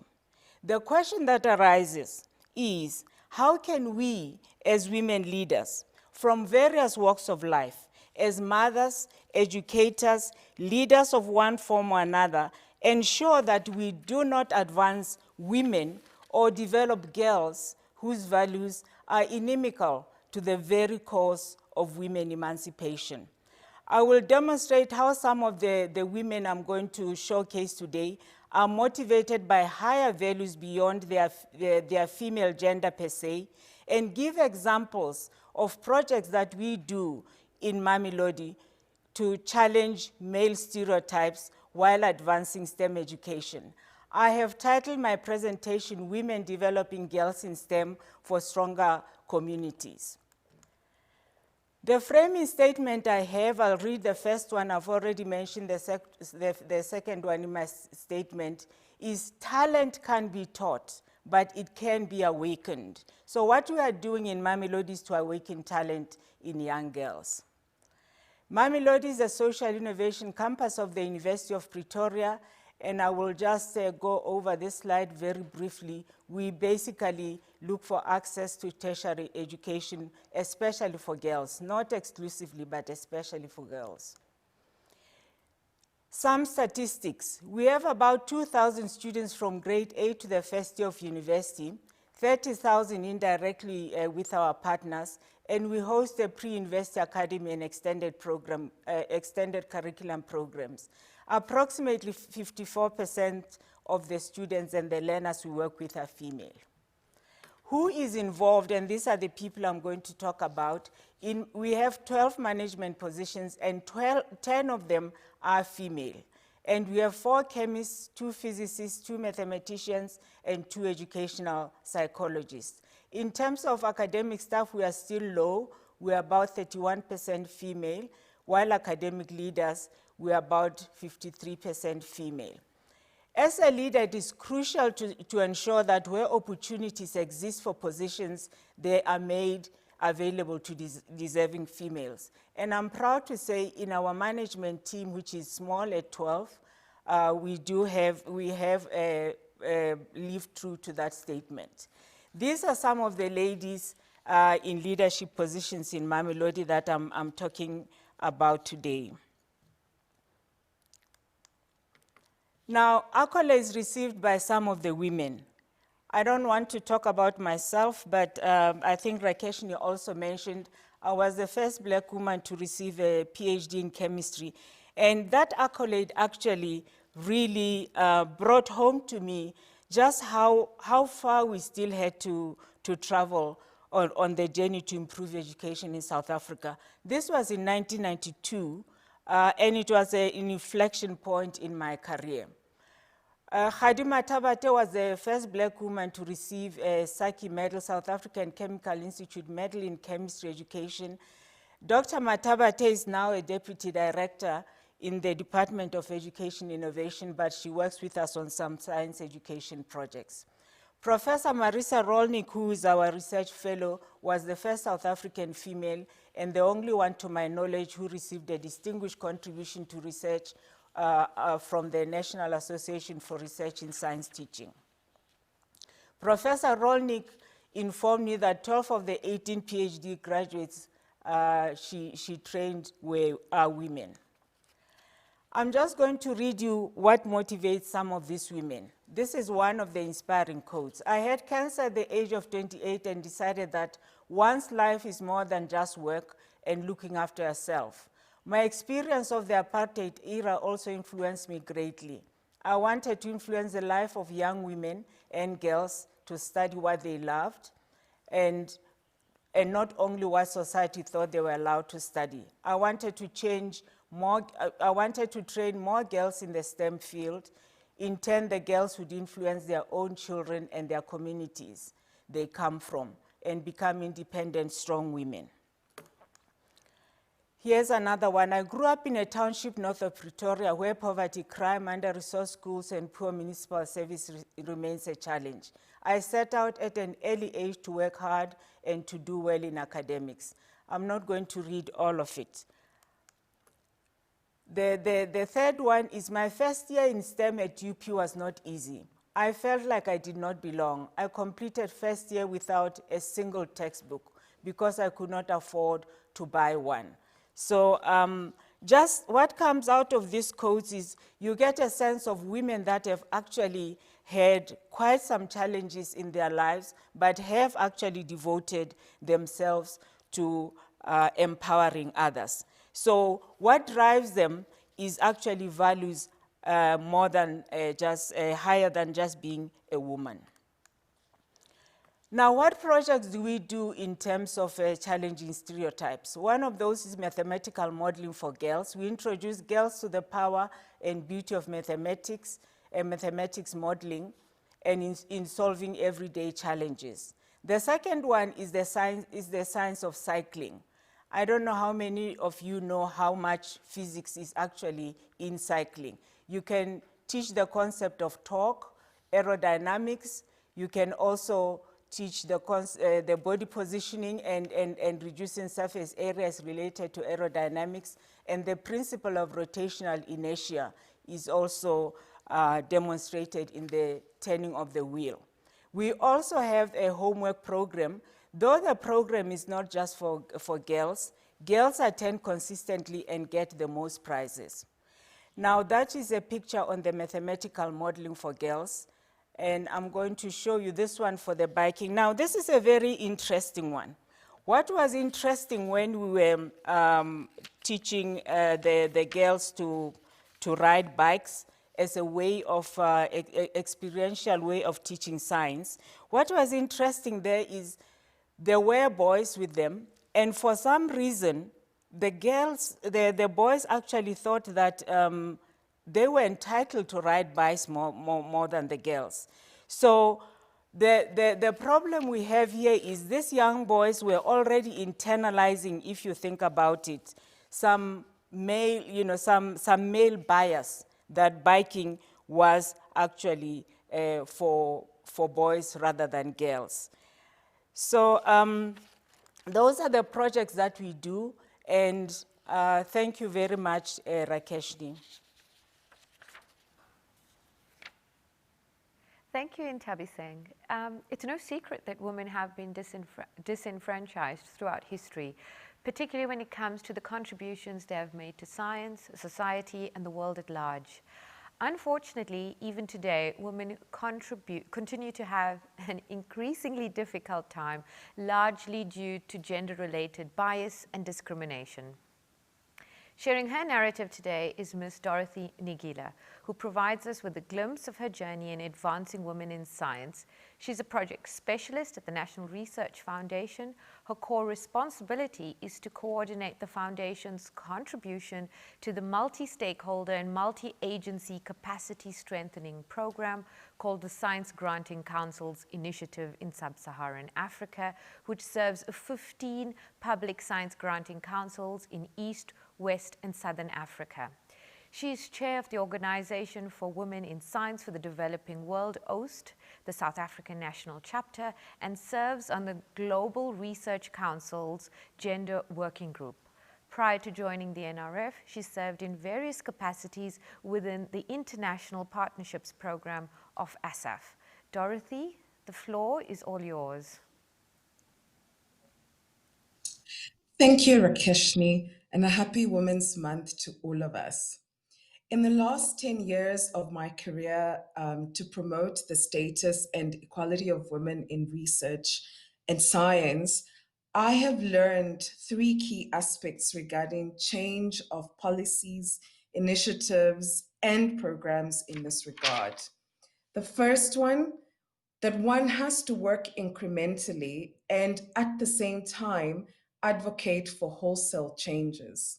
Secondly, that the work on advancing women in science, especially when it is concerning institutions that support science and innovation, requires consistent and relentless activism. And thirdly, that activism alone is not enough. It has to be accompanied by the packaging and dissemination of evidence, and especially on those aspects where we have a lot of anecdotal information. My main message today is that we have to be more deliberate to interrogate anecdotal information, and most importantly, to package evidence that emanates from that interrogation in a manner that decision makers are able to engage with so that we can support the changes that we want while maintaining the consistent activism. I would like to illustrate this with 3 examples from my own journey working in the world of academies of science and now in that of public funding agencies. The first example is related to the study that Professor Sudial mentioned earlier in her presentation. When ASAF began hosting the South African national chapter of the Organization for Women in Science for the Developing World, which I now chair, in 2009, there was anecdotal evidence to show that the number of women participating in academies of science was low, mostly based on the literature that we had regarding women in science, and especially in relation to the leaky pipeline. As Secretariat then, and in collaboration with a number of international partners, we undertook a study on women's participation in academies and published a paper on this in the South African Journal of Science. That study indeed showed that the number of women was low at 12% all across in academies of science, and that those academies in Latin America and the Caribbean had higher representation of women members. The following year, the Swiss National Academies ran a closed call for women members to encourage the increased participation of women as members in their academies, and a number of other academies have undertaken to make changes in terms of increasing the participation of women in academies. The second example is related to my work that I do with the Gender Working Group in the Global Research Council. I have been advancing my career at South Africa's National Research Foundation since 2015. I have had the immense privilege to serve as NRF's representative on the Global Research Council's Gender Working Group. The Global Research Council is a virtual organization that brings together the heads of funding agencies across over 65 countries that are collectively responsible for disbursing approximately $10 trillion every single year to their national systems in support of research and innovation. When we started the work as a gender working group, anecdotally, we knew that the collective of these funding agencies were doing work individually to promote the status and equality of women in research, but we didn't know exactly what that collection of those practices was. Last year, we produced a booklet showcasing some of these practices across 10 actions that range from the types of policy interventions that they have, all the way to interventions that support parental leave and support strategic programs that are geared towards supporting women in research and supporting gender transformative research. This booklet has contributed to peer learning amongst these organizations and thereby accompanying the advocacy work that the Gender Working Group has been embarked on. Finally, my major time responsibility at the NRF is to lead NRF's contribution to the prominent Science Granting Council's initiative in Sub-Saharan Africa, working with 15 sister agencies across Sub-Saharan Africa.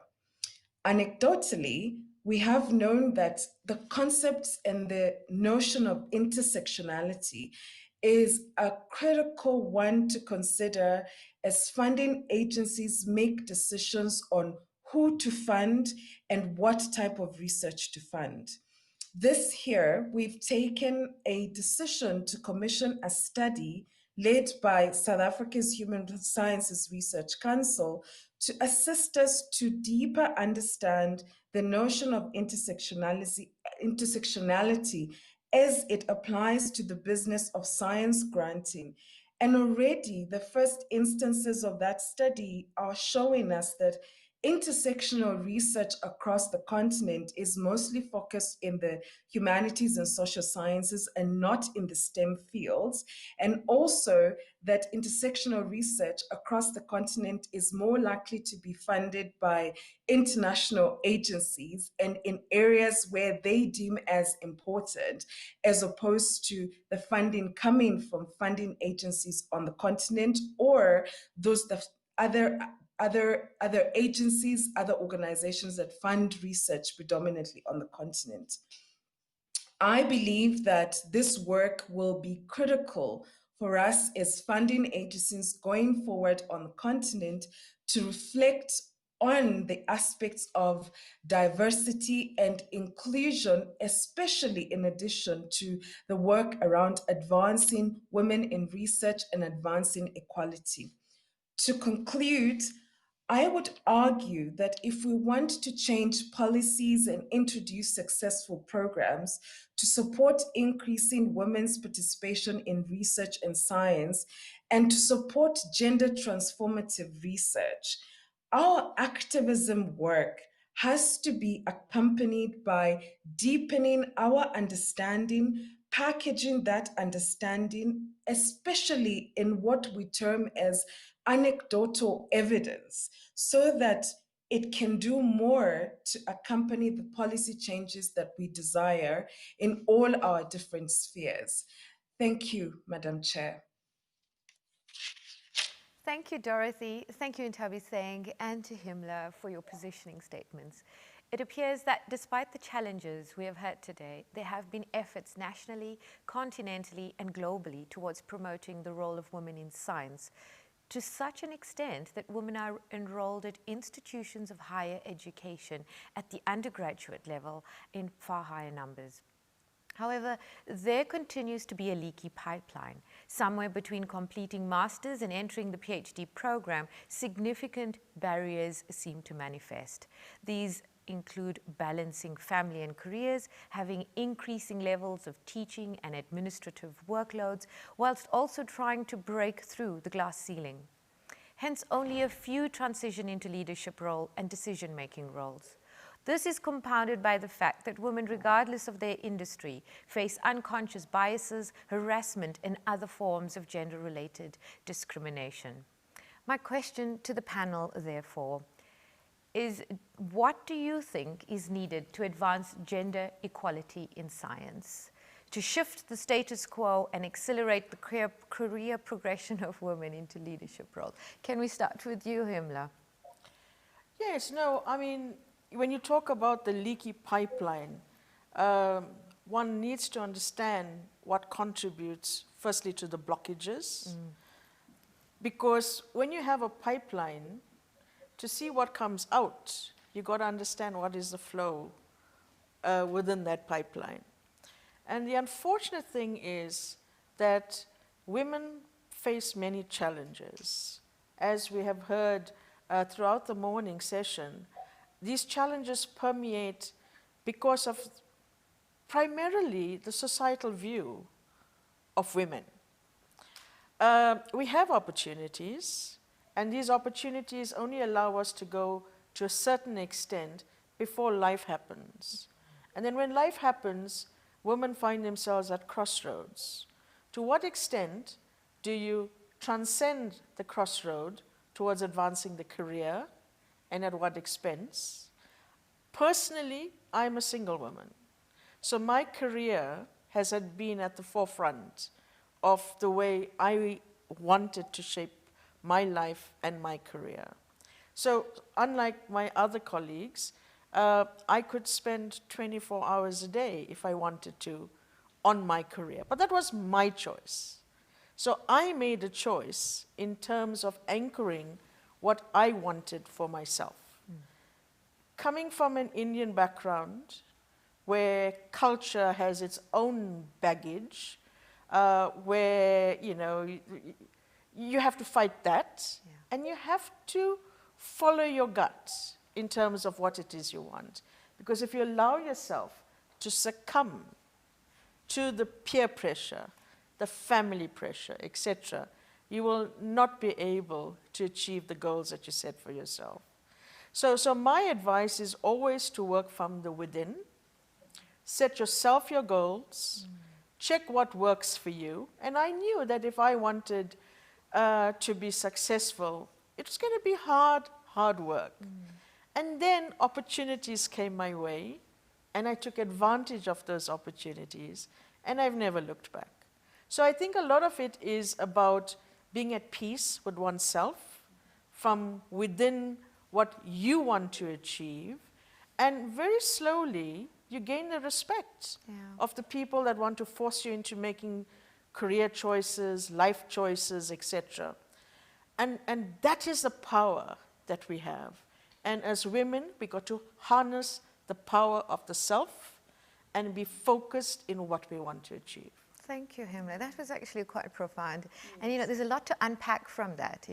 As women in South Africa, there's a lot of cultural, there's a lot of social stigmas and norms. And I gather this also forms the unconscious bias that everyone speaks of. And Tabi Singh? Yes, I just want to, to add to that. I think what happens when you're a young woman, and I want to use, my own story.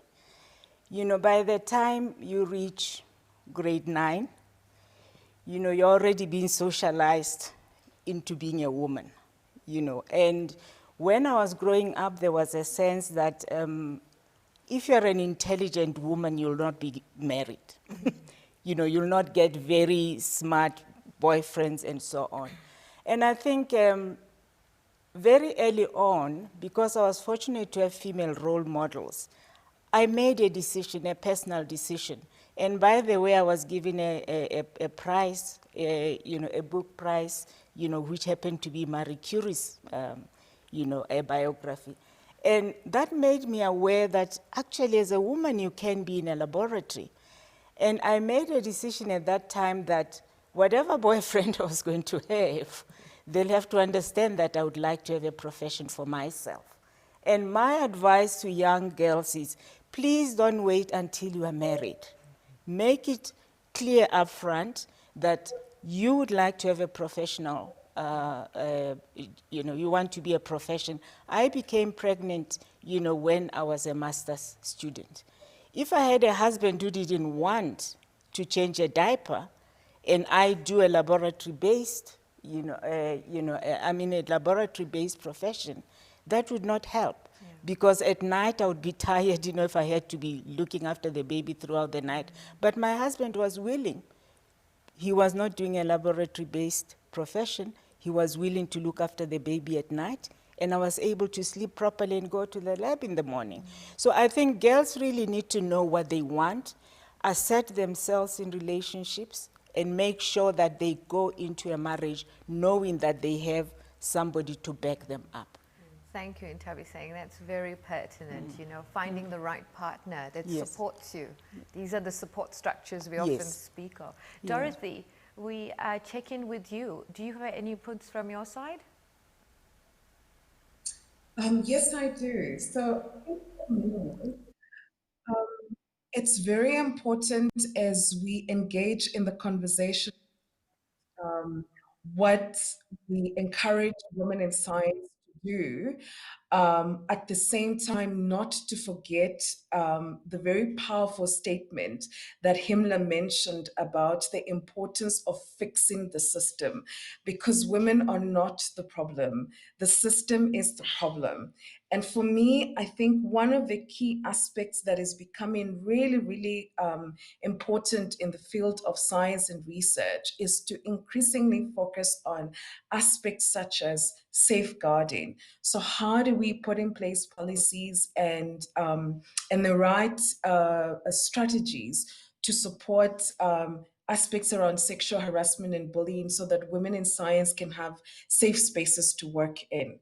And then from an individual perspective, as women who are in the science or research space, I think the concept of mentoring, but beyond that, having sponsors is really, really important. One of the things that I have personally really gotten an advantage of is being able to have sponsors who are able to sit on those tables and across those meetings and to be able to say, I know somebody who can do the job and they can do the job very well. And when you have a mentor and you have a sponsor at the same time, it supports your career growth, it supports your sense of self-confidence, and it just supports your growth holistically. You know, there's a question that is at the tip of my mind, and I have to ask the panelists before we go and seek any online comments. And that is us reflecting on our current disposition, our global disposition. We as a society, as a global community, or rather global citizens, have been profoundly impacted by this pandemic this year. It has disrupted our lives across all its dimensions, socially, culturally, economically, politically, and even technologically. I mean, here we are sitting in this virtual space. And this has resulted in resources being strained, capacity being limited, and placing a heavy reliance on women at home, in the family, in relationships, in the workplace, as well as frontline workers, as Professor Thuli Madonsela had indicated. This has led also to the exposure of structural inequalities across every sphere, from health to the economy, security to social protection, which has inevitably placed the advances made in women's rights under threat. And I want to ask our panelists, what are your thoughts on this matter? What do you think we as knowledge workers and as civil society can do to ensure that such threats on women's equalities and rights are mitigated, especially in such trying times as the pandemic? So at this stage, can we start with Dorothy? Thank you, Rakeshni. So I would like to go back to the point that I made around making sure that COVID-19 does not take away from intensifying the different actions and conversations that we have to promote and the status and equality of women in research. So we know that the cases of gender-based violence are increasing. We need to ask exactly the same questions in the research and science world. If women who are an integral part of the research enterprise are now working more from home, what support do we have to ensure that their research endeavors are not being curtailed by incidences that they might be experiencing that are related to sexual harassment and bullying, that are related to gender-based violence. So for me, it's the question of safeguarding. And then the second aspect is to zoom in to the question of intersectionality. So women are not a homogeneous group, and women come packaged in different ways. So do men, right? So we can't say and continue to engage in the discussions around COVID-19 and its implications on women without thinking about the ways in which inequalities are intersectional, right? And therefore continuing to make sure that these discussions are on the table and that the strategies that are being put in place for workplaces to become safer, for the research enterprise to become safer, are taking into consideration these two aspects. Thank you, Dorothy. And Tabi Singh. Yes, that's a very difficult one, Rakeshni. I think what we need to remember is COVID-19 came at a time when we had serious structural problems. Yeah. It just amplified, it just made them bare, so to speak, to us. And I think inequality to me, you know, if I relate it to what I'm really passionate about, which is developing girls in STEM, if you think of the brunt that young girls still bear, you know, in the home, in terms of, you know, household chores, when schooling is disrupted, as it is now, the human rights of those girls, and I'm not talking about the boys, because, you know, teaching and learning online now is what we're doing. Having your computer on your lap as a boy and a girl in a home which is patriarchal, you don't have the same time to study. The girl will still have the cooking, to do the cooking and all that. So what can be done? I mean, in this case, I really do not have an answer. I really don't. The school is a safe place to be for girls. And I think it really just shows that we need to empower these communities so that, you know, we enlighten the mothers, we enlighten the fathers. But here we are in 2020, and we never thought COVID-19 will strike us. What can we do with the townships and the girls sitting at home now? I really do not have an answer.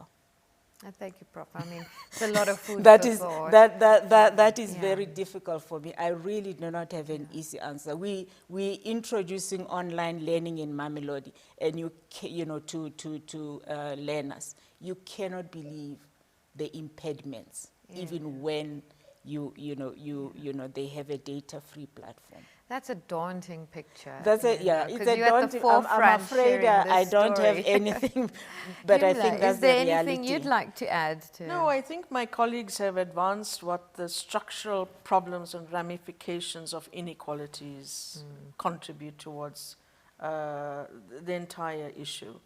And we have also read a lot about the productivity of women in science as a consequence of the COVID pandemic. Women have managed to publish less than their male counterparts. And why is that the case? Because women are intuitively the nurturers. The role that women play in the home with respect to overseeing their children's long distance or virtual learning, taking care of them, because we've all, you know, the country came to shut down literally under lockdown level 5. And it was mainly the women who bore the brunt. And again, I come back to the issue. Why couldn't their male partners provide that support to allow the females to be able to do their work? So it is an integral problem at the societal level that has to be fixed. And then if we just flip it a little bit more, and I have to say this in response to your question, Rakeshni, those countries globally that have managed the outcomes of the pandemic better are led by women. Yeah. Those are exactly the words of Prof. Kupe earlier. So I mean, I think coming back to the situation as we've heard, the inequalities in the country were already here. And it is widening now, given the platform from which we have launched into the pandemic. So it's a very, very difficult situation, and I don't know where we're going to fix those gaps. But obviously those gaps have become canyons now, and we have to do something about it. So, you know, I have some questions from someone online, and it seems we have Professor Ratemo Michieka, and she wants to ask, do you see a future society with at least 75% women in leadership positions? And Rwanda is an excellent example in this case. What deters other countries like South Africa, from achieving that role? I mean, in fairness, South Africa has about 42% of our parliament being women. So what are the necessary measures that need to be put in place for us to achieve the 75% mark, as our online guest is requesting? Prof. Ugude, we'll start with you. Wow. I'm always hopeful, and I have no doubt that we can reach. Having said that, I read a World Economic Forum Gender Gap Report for 2020. And one of the things they said that it's possible that we may take another century before the gender gap is closed. What should we be doing? I think we need to take intentional steps, whatever our locus of control is, to promote women. And I'm always very careful to be very glib about gender. We need to promote the right to women. You need to promote the women which espouse the values that will actually represent as well. So Rwanda, I think, has done very well. I think it's the leadership there. It's not without fault. So we should just be careful, when we compare. So in South Africa, I think we are doing very well, but I think we have to accelerate, in terms of putting more women into positions. Okay, thank you. Dorothy, we come to you. Thank you, Rakeshni. So for me, I'm also an eternal optimist. I think that it is possible to get to that point, but it has to be a systemic approach that we take. So we have to continue to advocate for the changes in the home that we discussed earlier. We have to continue to advocate for the changes with the policymakers. We have to continue to advocate for changes in the higher education institutions themselves in context of our conversation today. And I don't think that there is one specific way that we can say this is what is going to get us there. I think it is going to be that collective individualism that actually gets us there. Each one of us in our spheres of control, in our spheres of influence, should take the baton, be activist and advocate for the changes that we desire and just lead. And I think that these are the steps that will get us incrementally to the space that we want to see in terms of the status and equality of women in research and in society. Thank you, Dorothy. I've just been told by the timekeeper that our time is up. And I'd like to say thank you, Dorothy, Ntabiseng, and Himla. This has been a powerful engagement with a lot of food for thought. But hopefully it also inspires us to reflect on our well-meant policies through a gender lens, to challenge gender discrimination and to implement and promote gender equal measures through gender mainstreaming. Hopefully today we are able to now start reflecting on some of our well-meant policies and strategies, because what is promised on paper needs to be delivered on. Today's discussion certainly has made a call to action for accelerating gender equality. We challenge the leaders in our governments, in our universities, and the post-schooling sector to put in place at the soonest a sustainably funded implementation framework geared towards advancing women in science. On a final note, I strongly believe that our individual actions, conversations, behaviors, and mindsets can have an impact on our larger society. Collectively, we can make change happen by taking action. The time is now for us all to collectively help create a gender equal future. Gender equality is not only a fundamental human right, but a necessary foundation for a peaceful, prosperous, and sustainable world. With that, I'd like to extend my wishes for a happy Women's Month to all the mighty women in our midst. Today's program certainly acknowledges that while some freedoms have been won for women, much work still needs to be done for realizing generation equality, where an equal world is an enabled world. Please stay tuned for our next session called Promoting Representativity, Inclusion, Choice, and Participation of Women. Thank you. For some universities, alumni are their former students. But as an alumnus of the University of Pretoria, you're part of our family from the moment you start your journey with us. The pathway that you follow on your journey at UP is paved with striving for excellence, perseverance, adaptability, getting it right the first time, and reaching the finish line. UP is home to many of South Africa's shining stars.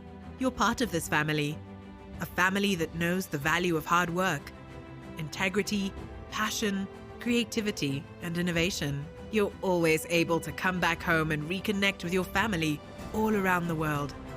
The UP Alumni Connect app gives you unique access to opportunities like mentorships, careers, and invitations to selected events.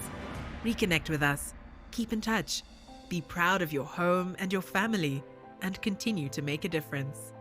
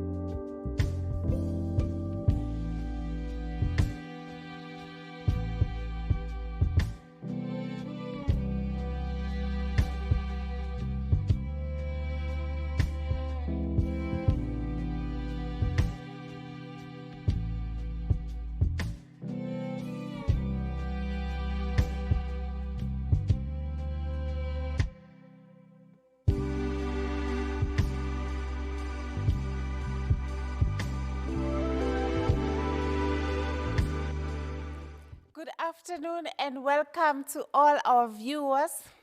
Thank you for joining us in our third session of 2020 Women's Day Symposium, University of Pretoria, under the theme Promoting Representativity, Inclusion, Choice, and Participation of Women. My name is Abigail Sibongile Siwele, currently a grant coordinator at the University of Pretoria. I'm passionate about women in research, families, and working with women in communities.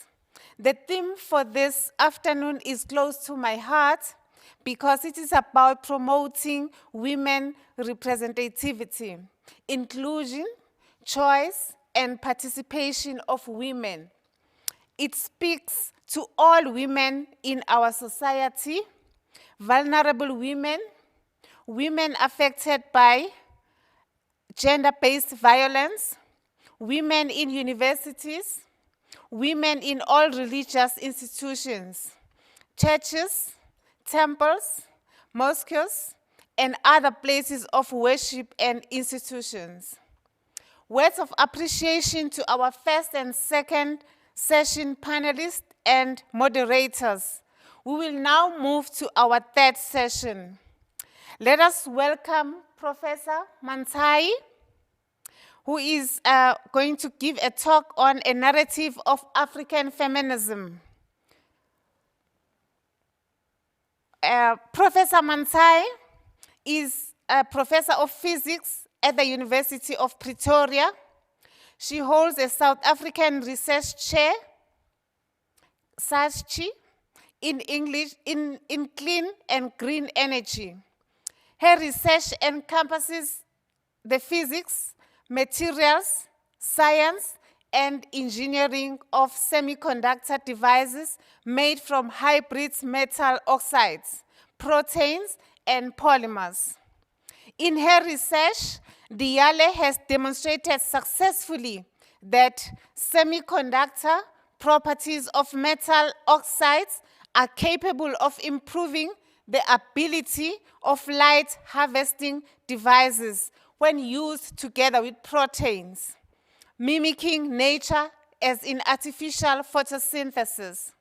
Furthermore, her research group is focused on clean energy dynamics using hybrid organics, inorganic materials to harvest solar light for both photovoltaic and photoelectrochemical cells. This combination will eventually contribute towards the future hydrogen economy, where the only product of such technology is water. Over to you, Professor Diale. Good afternoon, everyone who is in this Women in Science narrative for this year, 2020. It is actually a great privilege to be an invited guest and speaker at this conference, and I am very happy to be part of this. This morning we were listening to our principal who was guiding on his plans of seeing the University of Pretoria as the leading African university in science, where he said women's rights are actually human rights. And we went on to listen to Professor Thuli Madonsela, who was saying women can play a leading role in dealing with social injustices. And as for me this morning, in my slides here, I'm saying I love African beauty. I love everything that has got to do with African feminism. And this talk is going to be about my journey into being a top scientist at this university, from humble beginnings to where I am right now. So you look at my name is Mantsai. I love being African. My middle name there is my father's name, Moche, and my last name is my husband's name. So for all those who are listening, it's about you also doing better, the daughters of Africa.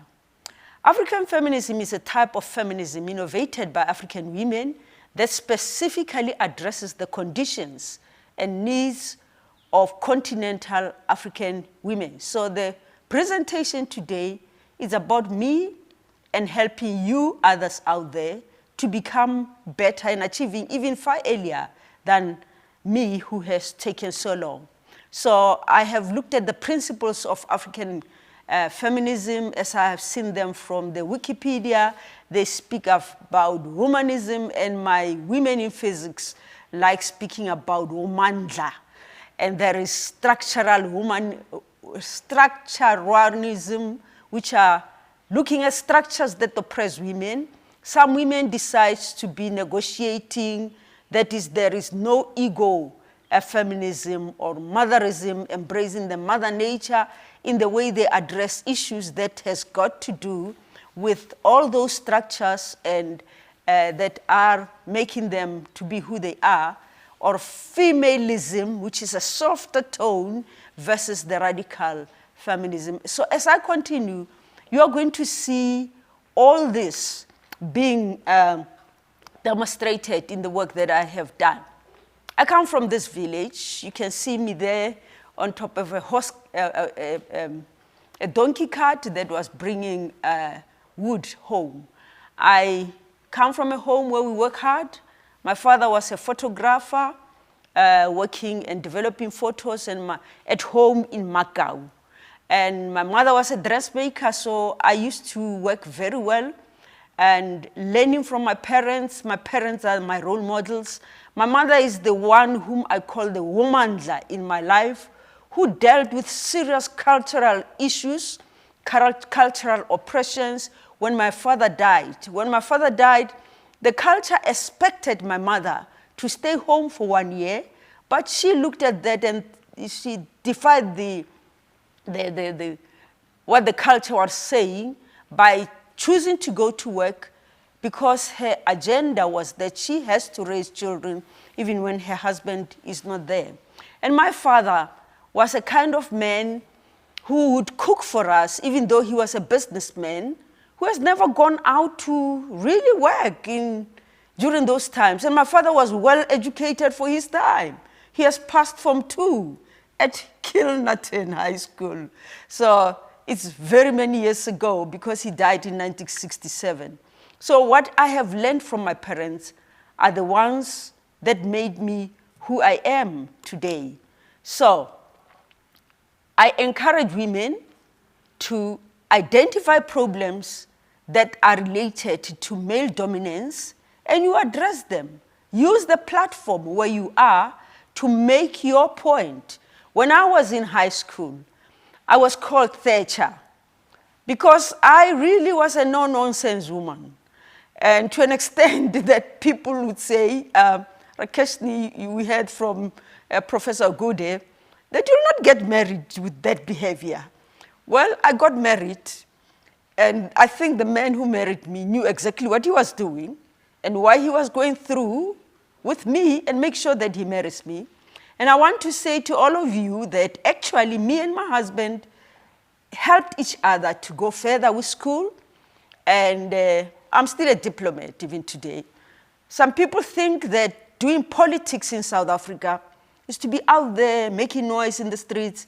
There are other platforms where we are making real proper noise, and we still do it, not just diplomatically, but the changes that are coming because there are women in science who are addressing these issues. Never allow males to dominate you.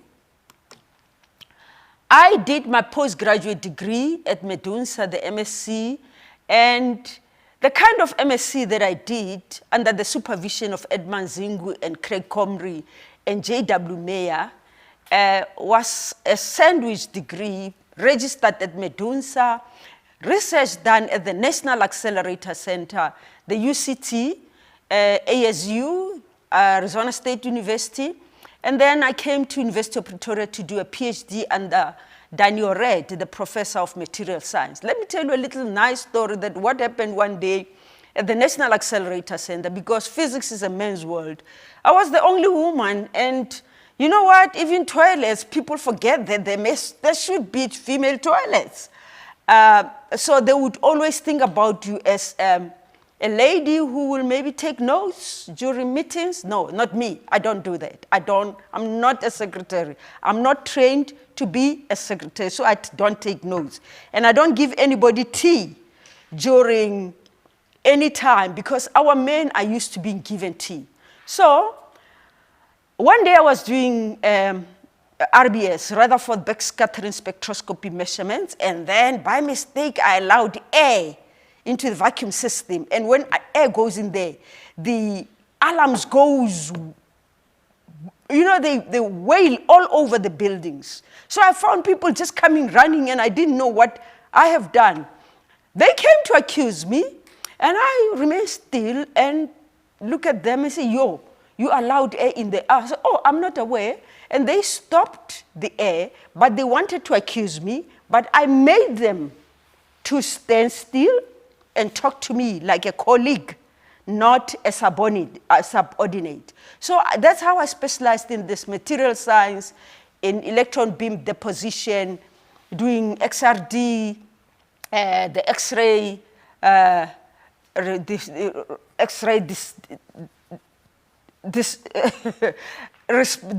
okay, fine, the scan electron microscope, all of this, I did them as a woman.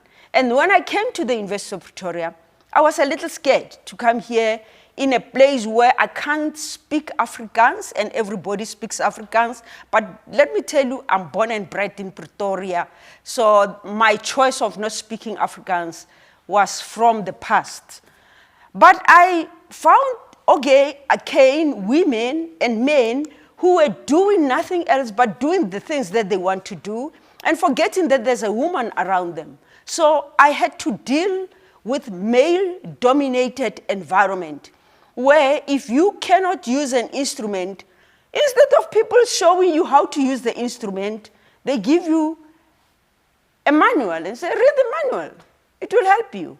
Oh my, but they help each other. They guide each other on using these instruments. So as you identify the structures related to male dominance as a woman, address those issues as matters of agency. Don't wait for someone to come and solve your problems. Because I did my PhD right here when I was the only woman who was in the whole of the department. There was not even a woman lecturer. So you have to know when to talk to your supervisor and report to your PhD. So speak up. Before you go and address an issue, write it out properly so that you are not going there with emotions. Because you remember, when a woman is complaining, it is said that a woman is aggressive. But when a man is complaining, it is said that he is taking his position as a future leader. All right, now, there are challenges, but there's balance. Women ask me a question, are you married? Because they are worried that maybe if you go into this area, you'll never get married. Our background in African feminism is that the woman must be married and have children. And the Afrikaans one is even worse. There is a Mrs. Professor who must be home, and raise children. And in my department here at the University of Pretoria, I have made such comments that, why is she here? Well, she's married by a medical doctor. Why is she not staying home, and raising the children? So in your teaching and research, there must be balance. In your family and work, there must be balance. Even in serving your community, like my community, South African Institute of Physics and the National Research Foundation. What happens is that sometimes you give too much time to the politics and to the community, and you don't give any time to those aspects of your career that you have to go up, like research and teaching. At university, when I'm an academic here at the University of Pretoria, the first way that you are being evaluated is through your research. If you are not publishing, you will definitely perish. But once you teach very well, that is not a big issue. The big issue is research. And also, you must still work hard to train students. So many a time, women are the ones who are teaching undergraduate students who have who are many in class. I chose to teach this undergraduate degree, Physics 153, because I wanted to increase the number of black people at this university who could not come into the university without going through that program, which Professor Ntabiseng Ogude is leading at the University of Pretoria now. So it is very important that you take decisions on what is that you are going to do to take yourself up. So as now a person who's doing research, you have passed your PhD, you have gone through all other circles. How do you make yourself visible? Be a member of the society, the learned society under which you are working. For example, a member of the Materials Research Society, and I'm not just a member, but also a member of the academic committees at that institution. So every year I make sure that I go to this conference and I contribute. Be a member of the South African Institute of Physics. I go there and I contribute and I take part in committees. And in that way, you are able to present your work and make yourself visible, and people start knowing you. You enter competitions, you win. Like I won a few competitions in the past, and you also would be able to win. And then how do we become excellent in all that you are doing and going into a better research than the one that your supervisors are doing? You read related research articles. And I encourage all young women, all young people who are coming in, especially young women, to go up. I have a great example here. I recruited a lady, Dr. Thabisile Tabeta, to the University of Pretoria. She started with master's degree. I was not the supervisor. I was just a mentor, because I gave her a chance to choose whom she wanted to take as a supervisor. So Dr. Tabete is now one of the members of our department. And what I would like to highlight here is that Dr. Tabete writes books like this, children's books. And if you can hear her teaching young people on how to read, how to do calculations, you'll be very impressed. What I really like most is this one, thermodynamics for babies and toddlers. And I look at what she's doing, I get excited. I don't think I could have been able to do such a work. It's actually excellent work. So in all that you do, women in science at the University of Pretoria and everywhere else desire excellence in everything that you do. Be prepared to get out of your comfort zone and work in newer areas. Go for a postdoc. Go for a career research at some other institutions where you have seen other people doing work. The National Research Foundation in South Africa and the University of Pretoria will fund you a little bit to spend like 3 months away from your office so that you can become established. Therefore, you must do good, you must do better, you must become the best. From your MSc, you're doing PhD, you're doing postdoc. There is also early career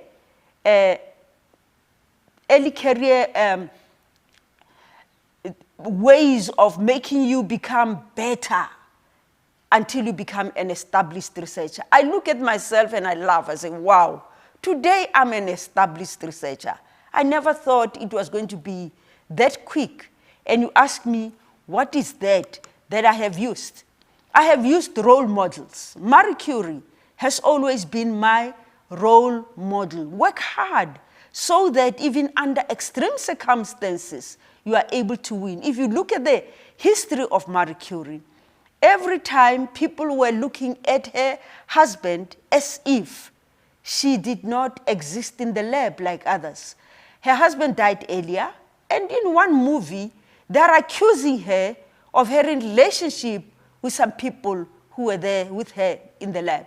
So whatever you will experience, you'll find that what you go through, other people have already gone through. I've got a great mentor. He's still with me right now, Professor David Cahen from the Weizmann Institute of Science, who gave me his money to come to his lab for 3 months, and the University of Pretoria gave me money.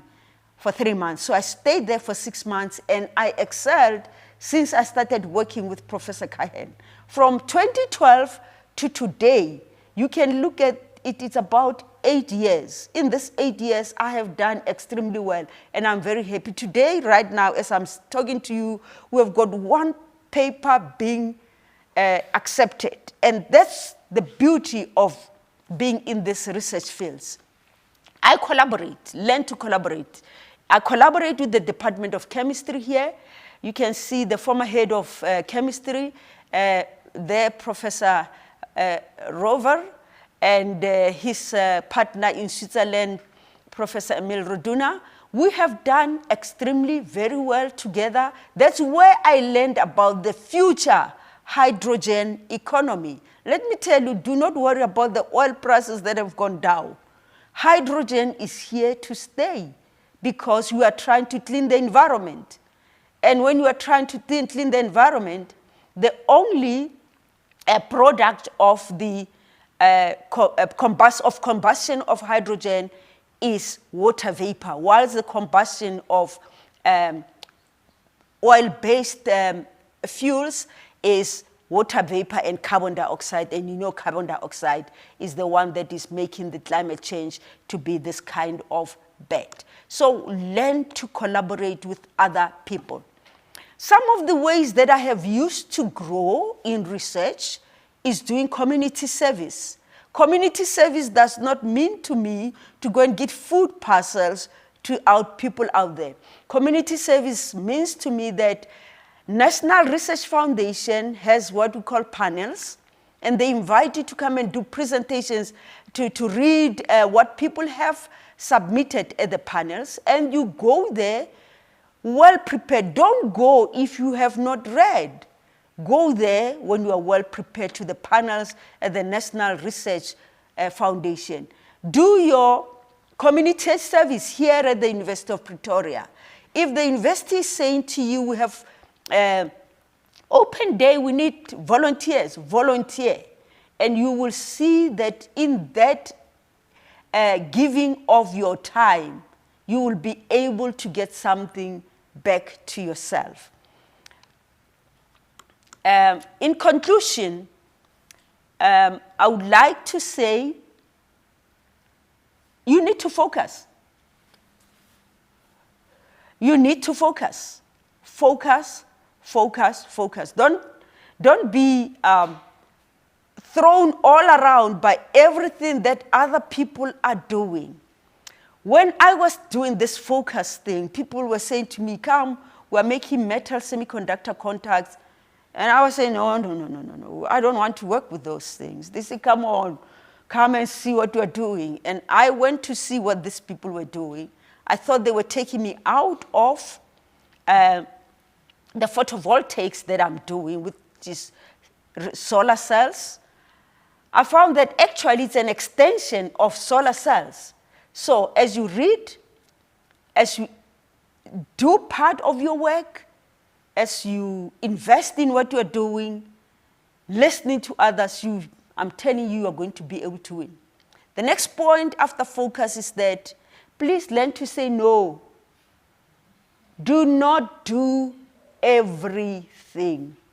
There are those things which you cannot do because you are not specialized on doing them. Learn to say no. I have seen myself very confused.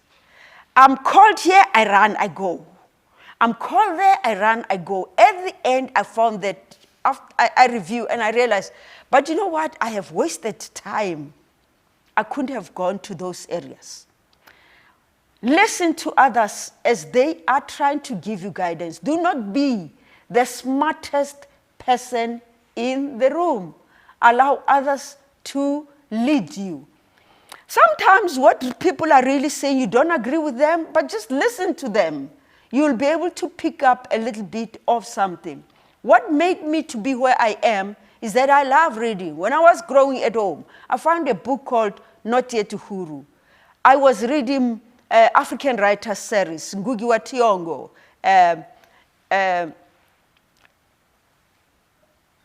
Yeah, now I forget because now I'm talking here. And I was reading a lot of that, particularly the book written by Dale Carnegie, How to Win Friends and Influence People.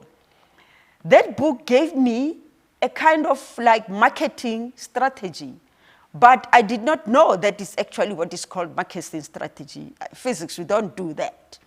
So I read that book. It has made me to approach people, greet them, and getting a lot out of that kind of gesture where you are just taking out your hand to other people and working with them. Meet the deadlines. If you are being asked that this is needed on the 7th of August, make sure that on the 7th of August you have done your work. If on the 6th you are aware that you will not be able to meet that deadline, send an email and ask for an extension. You will definitely get the extension. Read your emails. Many of us have lost very valuable information. Professor Himmler was talking about that she invited so many people, but she got so few results going back to her, the replies. Read your emails. Also, be a light in darkness. Students in the passage are very confused. They are very frustrated. They don't know whether to go forward or backward. Many of them, as they're finalizing their honors degree, they are completely worried about where am I going to get a job. Allow them to come into your office. Be a light to them. Shine in their darkness. And you will be able to attract new researchers into your field in physics. And you'll find that they actually may not be your future PhD students. They may choose to go somebody else. Do not stop them. Allow them to be able to go to other people, because you may trap them in what you are doing when they are never going to be able to do well in that. The other thing as women is that be aware that your women students do not really believe in you. They think you are a lesser researcher and leader as compared to other male researchers. So what you must do is that embrace them. Allow them to criticize you. After many years, they'll come back to you in your office and they will tell you that they did not know. They maybe thought you are one of the cleaners. They maybe thought that you are one of the postgraduate students.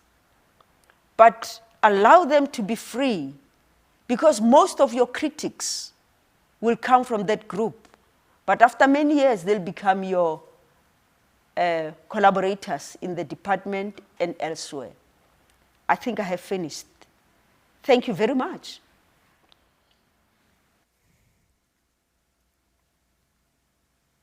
Thank you very much, Professor Diale, for such an insightful presentation. We really appreciate you sharing your journey with us. And I would like now to introduce to you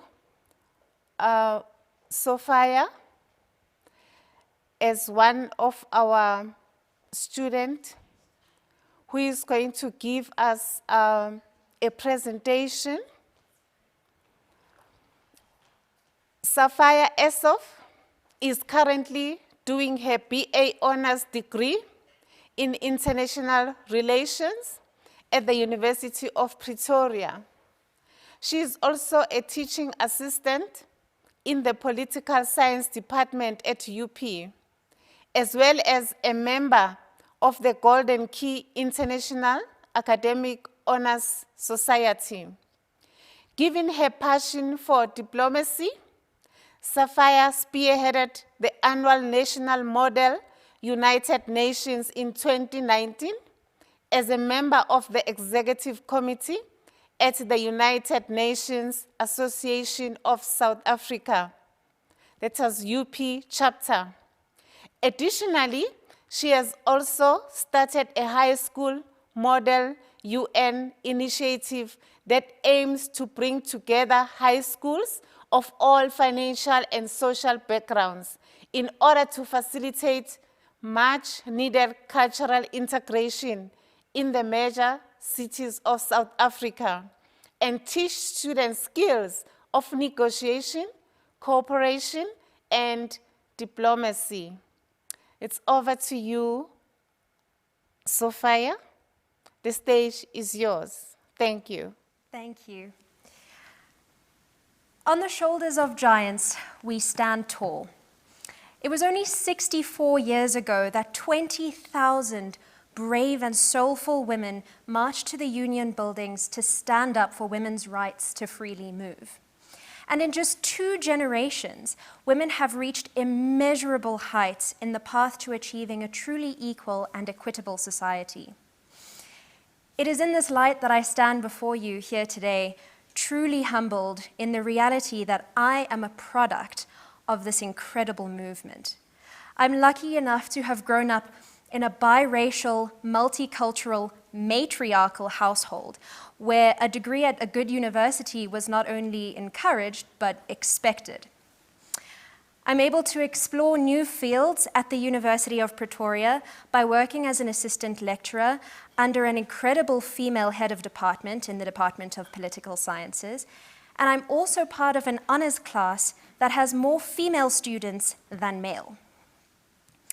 My point is this: in just 2 generations, we not only have the numbers to affect change, but also the platform as well. Simply looking at the panel of speakers here today is testament to that fact. My parents' generation paved the way forward at university, and it's my generation's duty to truly eradicate what is left of gender biases at universities and pass the baton on to the next pioneers of womankind. However, as far as we have come from these bread and butter issues of the past, we also have to consider that this transformed age of the 21st century does come with its own set of issues. Today, it's become less a question of should women be allowed out of their domestic environments and into leading roles of society, to more a question of how can we change society to suit the needs of those women in leading roles. In this light, I would be remiss not to speak about how society is still designed for a complete work-home split, where a normal 8-to-5 working day is not designed for someone to bear the responsibility of being a homemaker as well as a full-time dedicated breadwinner. I mean, don't get me wrong, it's definitely possible to do this if my single mother has anything to say about it, but the reality is that women still tend to fulfill both these roles, as has been said time and again today, even if they have partners who also work.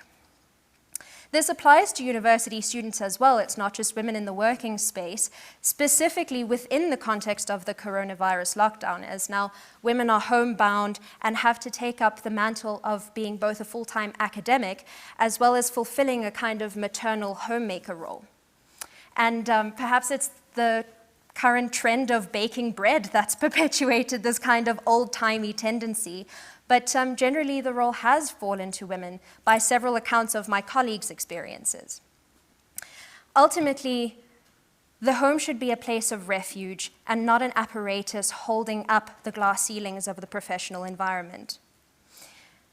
A second issue that still haunts women today is the unavoidable plague of gender-based violence in the country. How can we, as women, be expected to thrive in any environment where there is a constant threat to safety, both at university and in the workplace? And perhaps this is where the remote learning during lockdown has had its perks at university. One is able to kind of academically thrive in one's own safety of the house. But this is not to mention the threat of safety in abusive households, which is another issue entirely. However, within this grave reality, we also have to consider that there comes a unique kind of global community of women who are able to utilize the fourth industrial revolution of the 21st century in their favor.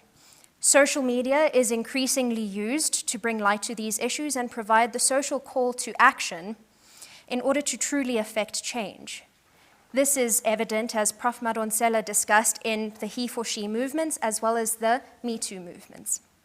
This global community is imperative as we increasingly become global citizens, because we don't live in isolation in our problems, and equally, we cannot solve these problems in isolation.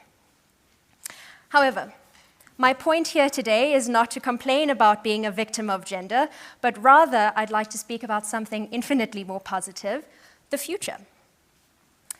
Gender mainstreaming is in itself a contentious topic, with many believing that applying gender perspectives to policy and to academia is tokenism at best and ineffectively broad policy at worst. However, it's been proven time and again that women's perspectives in policymaking is crucial to the establishment of long-lasting, workable, and harmonious societies. Not only for the benefit of women, but for other groups as well. For example, according to the World Bank, urban town planning by women in Mendoza, Argentina, resulted in a success story that saw accessibility, safety, and inclusivity, not just for women, but for children, disabled people, and people of the LGBTQIA+ societies and communities. This shows that gender mainstreaming has far wider reaching effects than simply for the benefit of women. And in order to discuss how women are essential in future development plans for our society, we do have to consider the changing nature of the workplace in the 21st century. South Africa began its economic ascent by relying on the first and second industrial revolutionary methods of mining natural resources and producing goods for export. And both of these industries represent a traditionally male-dominated economy. However, as we develop our economy into a self-sustaining fourth industrial revolution, the nature of work has transformed into a service-based economy, wherein value is no longer placed on physical labor, but rather value is increasingly placed on output on a non-physical, skilled-based level. And this has kind of equaled the playing field immensely because, as I mentioned earlier, more and more women are occupying university spaces, and these university spaces are crucial in the fourth industrial revolution, which is in turn crucial for the future of the country because eventually the inevitability of women in professional workspaces will ensure that women will have a value-laden input in future policy making. But first, women actually need to be aware of this potential value-laden impact, and it all starts with how we approach transformation at the university level in the curriculum. In a post-Fees Must Fall context, gender mainstreaming has become a topic of interest in terms of forming a more inclusive approach to academia. However, the reality of this transformation has simply been to tack on a gender perspectives section at the back of existing literature. And this actually cheapens the value of women and their input and involvement in historical developments and innovations in lieu of fulfilling some kind of academic transformation quota. So it's crucial that feminism not be shoehorned into academia, but rather that gender perspectives should be introduced organically into theory by bringing in women scientists, theorists, and academics, writers within the curriculum. The alternative is undoubtedly akin to tokenism, and frankly will do little in the way of legitimizing gender mainstreaming beyond university. Lastly, much like the women of 1956, we do not find ourselves battling circumstance in isolation, and we must consider the role that intersectionality plays at our universities today. Ultimately, as I mentioned previously, we are global citizens of different races, wealth brackets, religions, sexual preferences, identities, and universities are a wonderful place to explore these differences and develop ourselves in a safe and accepting environment in a changing 21st century. It cannot be ignored, however, that some faculties are more accepting of these differences than others.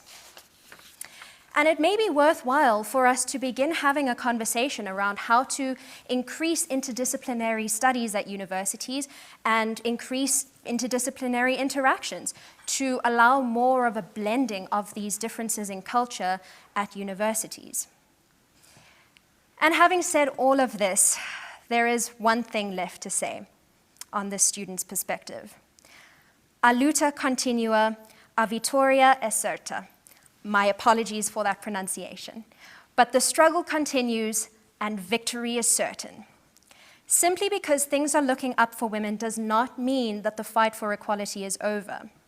It's up to my fellow millennials and Generation Z, brothers, sisters, and everyone in between to fully embrace what it means to be global citizens, smash all glass ceilings, make the men in the household do a dish or two once in a while, and ultimately pave the way for our future queens.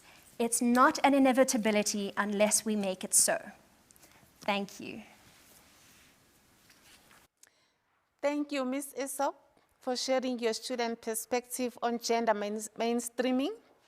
Our last speaker is Professor Viljoen. Professor Frans Viljoen is a professor of law and director of the Center of Human Rights in the Faculty of Law at the University of Pretoria also. He holds degrees in Afrikaans, MA, and Law, LLB and LLD from the University of Pretoria, and an LLM from Cambridge University. His research area is international human rights law, with a focus on the African regional human rights system. He has traveled in and researched widely on human rights in Africa. Professor Viljoen, the stage is yours. Thank you. Good afternoon, and thank you very much. I think wherever you are, as you look at me, you see a white, gray-haired, cisgendered man. And life has taught me, experience has brought me to the conclusion that these characteristics sometimes lead to certain misgivings or suspicion on the part of those interacting with someone like me. And I've come to realize that there are good reasons. I get it, why this is so. I think it's not long ago that seats around this table would have been mainly occupied by men. And even when the topic of discussion would have been women's issues or women's interests. So I'm acutely aware of the fact that I am who I am, and I really appreciate and see this as a privilege to take my seat in this virtual assembly around this table with you. As far as my positionality is concerned then, I think Professor Madonsela reminded us about the He for She campaign. And perhaps I just reflect a few moments on the role of men, generally speaking, in women's inclusion and representation. I think the first point, the starting point for a man engaging in a debates, discussions like these would be to acknowledge their privilege. And I think that goes without saying. The second for me would be for a man to explicitly and quite deliberately declare solidarity, to show that it's not coincidental or just by accident that one gets involved, but that it's a choice, that it's an act of solidarity that brings one to these debates and discussions. And thirdly, I think it would be to engage in spaces where men can best engage, spaces where perhaps toxic masculinity prevails. And this kind of engagement can take many forms. I think we heard over the course of the morning, the afternoon, examples of a professor who became a means to becoming a scholar for a woman. It could be what my previous speaker referred to, the tasks, the menial task of household duties.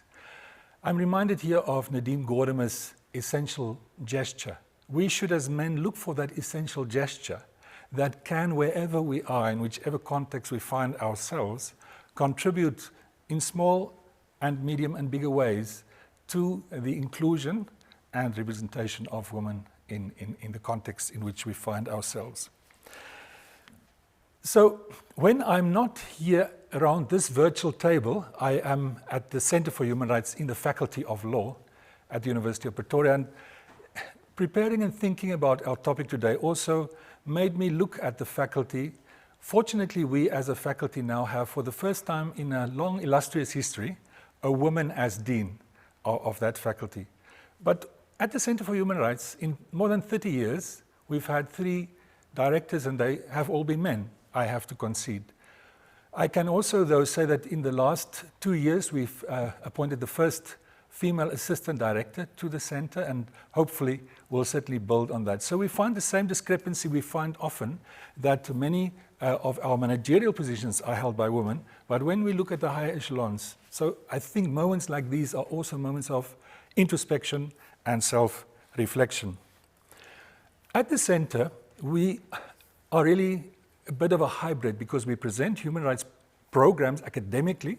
We are an academic department, but we also engage in advocacy and in kind of a NGO activities with a specific African focus. So as an academic department, we present a number of master's programs and doctoral programs, and one of them speaks to sexual and reproductive rights in Africa. And I think, for me, the kind of scholarship one wants to engender there would be to create a new generation of African women scholars who would be the ones writing the textbooks, would be the one becoming the scholars who guide the evolution of our disciplines. Too often we still, for epistemological reasons, tap into sources that are not indigenous or autochthonous and speak to our own. So I think quite a deliberate attempt should be made to cultivate that kind of scholarship in ways that we can.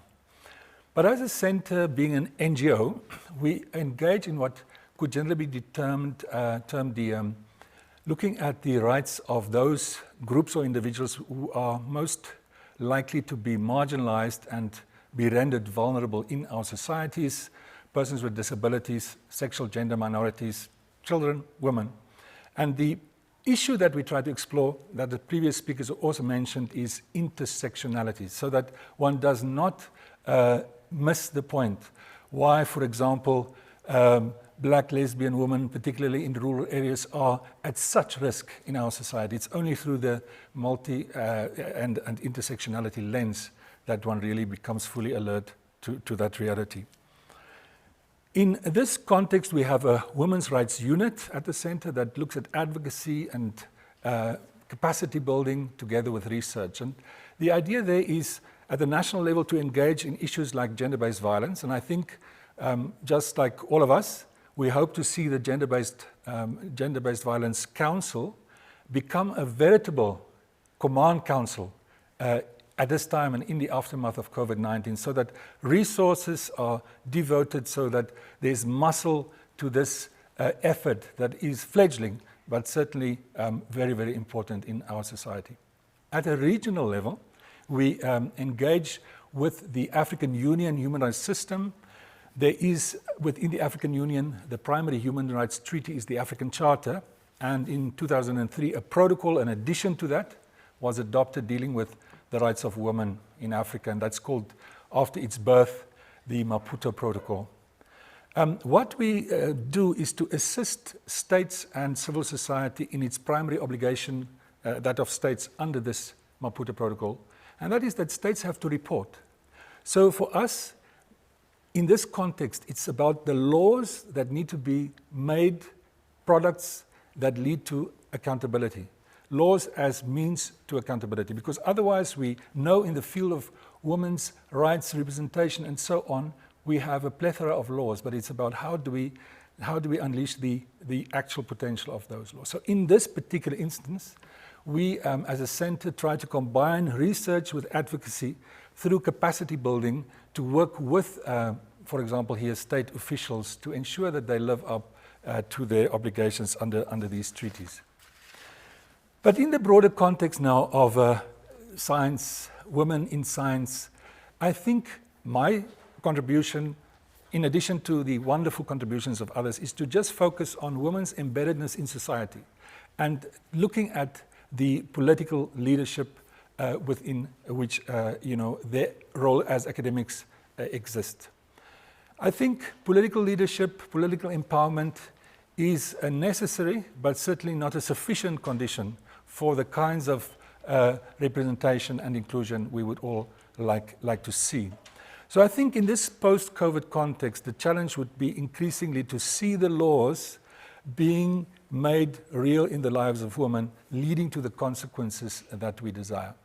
At the national level, there is a very particular law that I would like to draw our attention to, and as scholars we should engage with, and that is the Women's Empowerment and Gender Equality Bill that had been introduced in Parliament.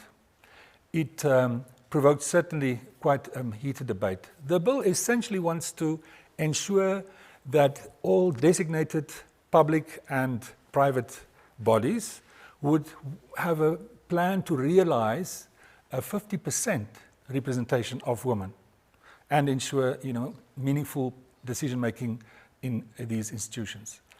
On the one hand, this proposed legislation provoked the reaction that this is far too weak. It's only a plan that needs to be put in place, and the enforcement mechanisms are not strong enough. On the other hand, it provoked the criticism that this is too invasive, that the minister's powers to designate bodies as those that need to give and put in place these plans, that is far too far-reaching. This has been shelved, but the Minister of Women, Children and Persons with Disabilities before COVID flagged that this would be reintroduced. So I think this post-COVID period is certainly, or as we emerge from COVID, this is the most appropriate time for us as a society, having learned the lessons that many of the colleagues referred to earlier, to take the bull, as it were, by the horns and look at this, have a very open and public discussion about this legal anchor in a society that could frame our future responses in terms of inclusion and representation for women. At a regional level, I said that we have this very particular Pan-African interest as well, and I think as South Africans, we should increasingly also embrace that agenda. We have, as I mentioned, the Maputo Protocol, which in its Article 9 sets out very clearly that states have to ensure equal representation of women in all electoral processes. So one has to note, with perhaps a bit of caution, that it does not speak to the outcome of elections resulting in equality or equal representation, but equal representation in elections is the gold standard as far as that treaty is concerned. And at least if that is achieved, I think we would have made much progress that will filter down to the issues that we specifically speak today to.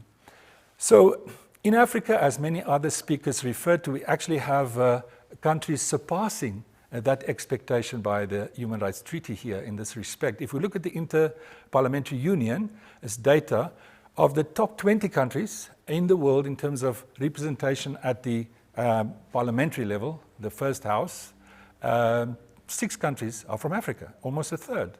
The top of the list, as we heard, is Rwanda. South Africa is at number 8. So we are actually doing very well. But I'll also side with those who cautioned against looking at the numerical, at the statistical or the descriptive representation kind of picture, instead of the substantive picture of representation. And there's a growing scholarship around, what does it mean? What does substantive and meaningful representation really mean? And I think we as South Africans, we should engage more in this very particularly. I think in a system with parliamentary, the system we have at the moment with proportional representation, it is difficult to scrutinize candidates and to make sure that the correct candidate actually comes and to hold accountable a particular candidate. So this could be another reason, this effort to look at substantial representation could be another reason to favor the introduction, at least to a certain extent, of constituency-based electoral system in South Africa, because it is really well, it's difficult to accept the premise that every woman, just by virtue of being a woman, would best represent all women, and that a woman somehow a priori has access to the views of the interests of women as a whole. Clearly, women are very varied. Women have interests that are quite different and distinct. We have looked at the issues of intersectionality. So I think if we look critically at the substantial representation, also from a scientific point of view, we would be able to forge even more meaningful representation for women beyond the numbers, so to say. So my plea from the center, from my personal experience would be a scholarship infused, including women, that tries to bring research, advocacy, and capacity building together, so that when we look at issues such as representation of women, we look through an interdisciplinary, a multidisciplinary lens. We look at issues of intersectionality, and we try to break out of the pure science or ivory tower approach to see how the issues affecting women can also impact on broader societal realities. Thank you very much. Thank you, Professor Viljoen, for such an informative and insightful presentation. We'll now go to have an opportunity to have some questions asked by our viewers and you. Or fortunately or unfortunately, there are no additional questions from our viewers. I believe that the presentations were clear, to the point, and the message has gone across that as on this day, it is our day as women, and nobody will just take that opportunity from us. So I would like us to look at the role that has been played by Africa in inclusion of women in this situation, in these topics that we are discussing today. In short, what role African women have played in promoting representativity, inclusion, choice, and participation of women. Maybe I can start with you, Professor Diale. Thank you. With me coming from the science background, we have in Africa the organization called Women in Physics. Women in Physics is an international organization of the International Union of Pure and Applied Physics. It has been started in 1999 by one of the male professors who discovered that there is a shortage of women in physics in the world. So from South Africa is the one that has started with the women in physics in South Africa. We have included women in physics in Africa also. So we have got a broad number of women in physics in Africa, but we have got lots of countries that are not affiliated to the International Union of Pure and Applied Physics. Therefore, the women in physics in the whole of Africa is not really that well represented. And what we do in South Africa is that every time we have, from women in physics, I'm speaking from the leader of women in physics in Africa, I am always looking for opportunities to invite women to participate in our South African Institute of Physics conference. Also, the Institute of Physics in the UK is supporting a lot of our initiatives in Africa on women in physics. So I'm able to speak more on how we include women in physics. In some few countries now we have got HODs of physics, like in Tanzania, We have a woman who is the HOD of physics.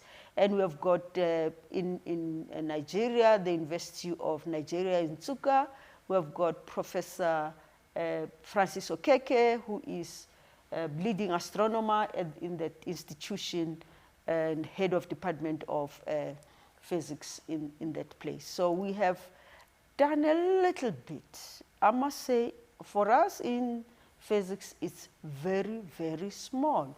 We have a lot of work to do. Thank you. Thank you. So that was from a professional point of view from our professor, Professor Diale. I think it would be more interesting also to hear what is the perspective of Sophia, from the student perspective of how, what role have we, the Africa played in making sure that there is a choice, inclusivity, representativity, and all from your point of view as a student. Thank you. I think that, especially coming from the Faculty of Humanities, my perspective is particularly a positive one, in that we have significantly more women representation, and specifically more women of color representation within the faculty. And I honestly think that that plays a huge role in how things will progress in the future in terms of policy making, because remember, these are the people who are going to be making the policies in the future that will impact the future of women in the country. And so having a significant number of black women in politics, in international relations, in positions of power as heads of department, we actually can see a bright future in how things will progress.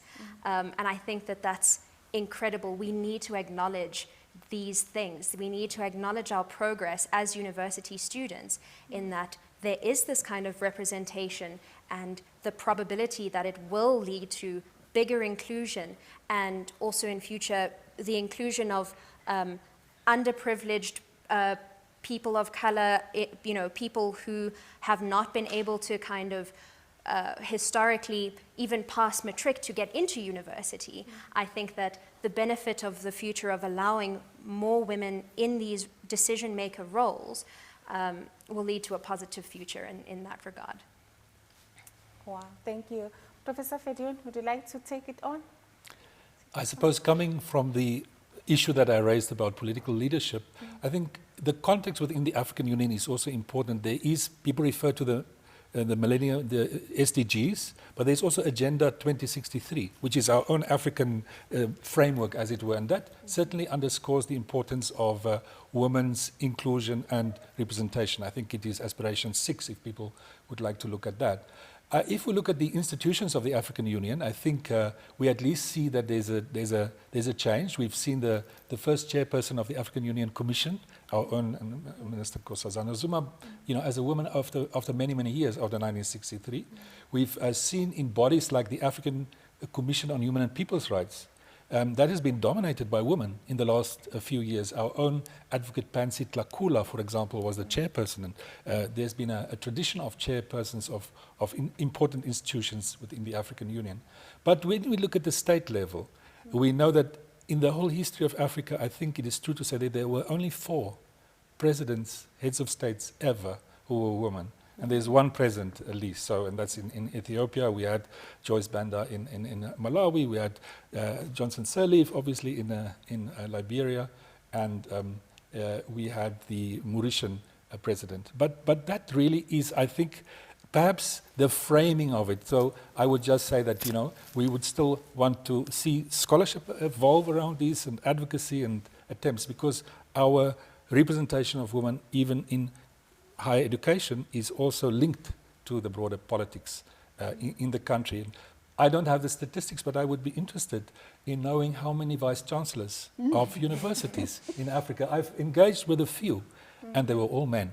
So let us, I see a sign there that says 4, and I think the number of total universities would be quite numerous. So I think, it's not only at the level of the state, but also at the level of the governance within our higher education institutions, that we have to take this on, make it a subject of research, but also of advocacy, and hopefully things will change. Thank you. Thank you, Prof. We have worked together this journey since this morning, discussing the role of women in the social justice system, the role of ASAF in advancing women in science on the continent, the role of women in developing well-rounded citizens, celebrating women, and also we had a talk on feminism. So Professor Viljoen sealed this symposium with his presentation on promoting choice, inclusion, and participation of women. So from the above presentations, it is evident that equality is not a women's issue, it's a societal issue, and the race is on for the gender equal boardroom, a gender equal government, gender equal media coverage, gender equal workplaces, gender equal sports coverage, more gender equality in health and wealth. So now the challenge is with us. What can we do to make this happen? Gloria Steinem says, a well-known feminist and activist once explained, the story of women's struggle for equality belongs to no single feminist, but to anyone, to any organization, but to collective efforts of all who care about human rights. So thank you all for attending. To all our viewers, you have been such a wonderful audience. We will take a short break to view a video before the closing remarks. At the University of Pretoria's Faculty of Health Sciences, we believe in unearthing potential. We believe in our students' potential to make a positive impact in society and to produce research that shifts boundaries. In order to help students reach their full potential, the Faculty of Health Sciences has established the Life Changers Fund. Partner with us to help our life changers reach their full potential by contributing to the Student Solidarity Fund. Your contribution will help support students who are in need to pay for accommodation, tuition, food, and procure PPE. Join us and help support our students to reach their full potential. Through any contribution, you can be a life changer too. Developing life changers together.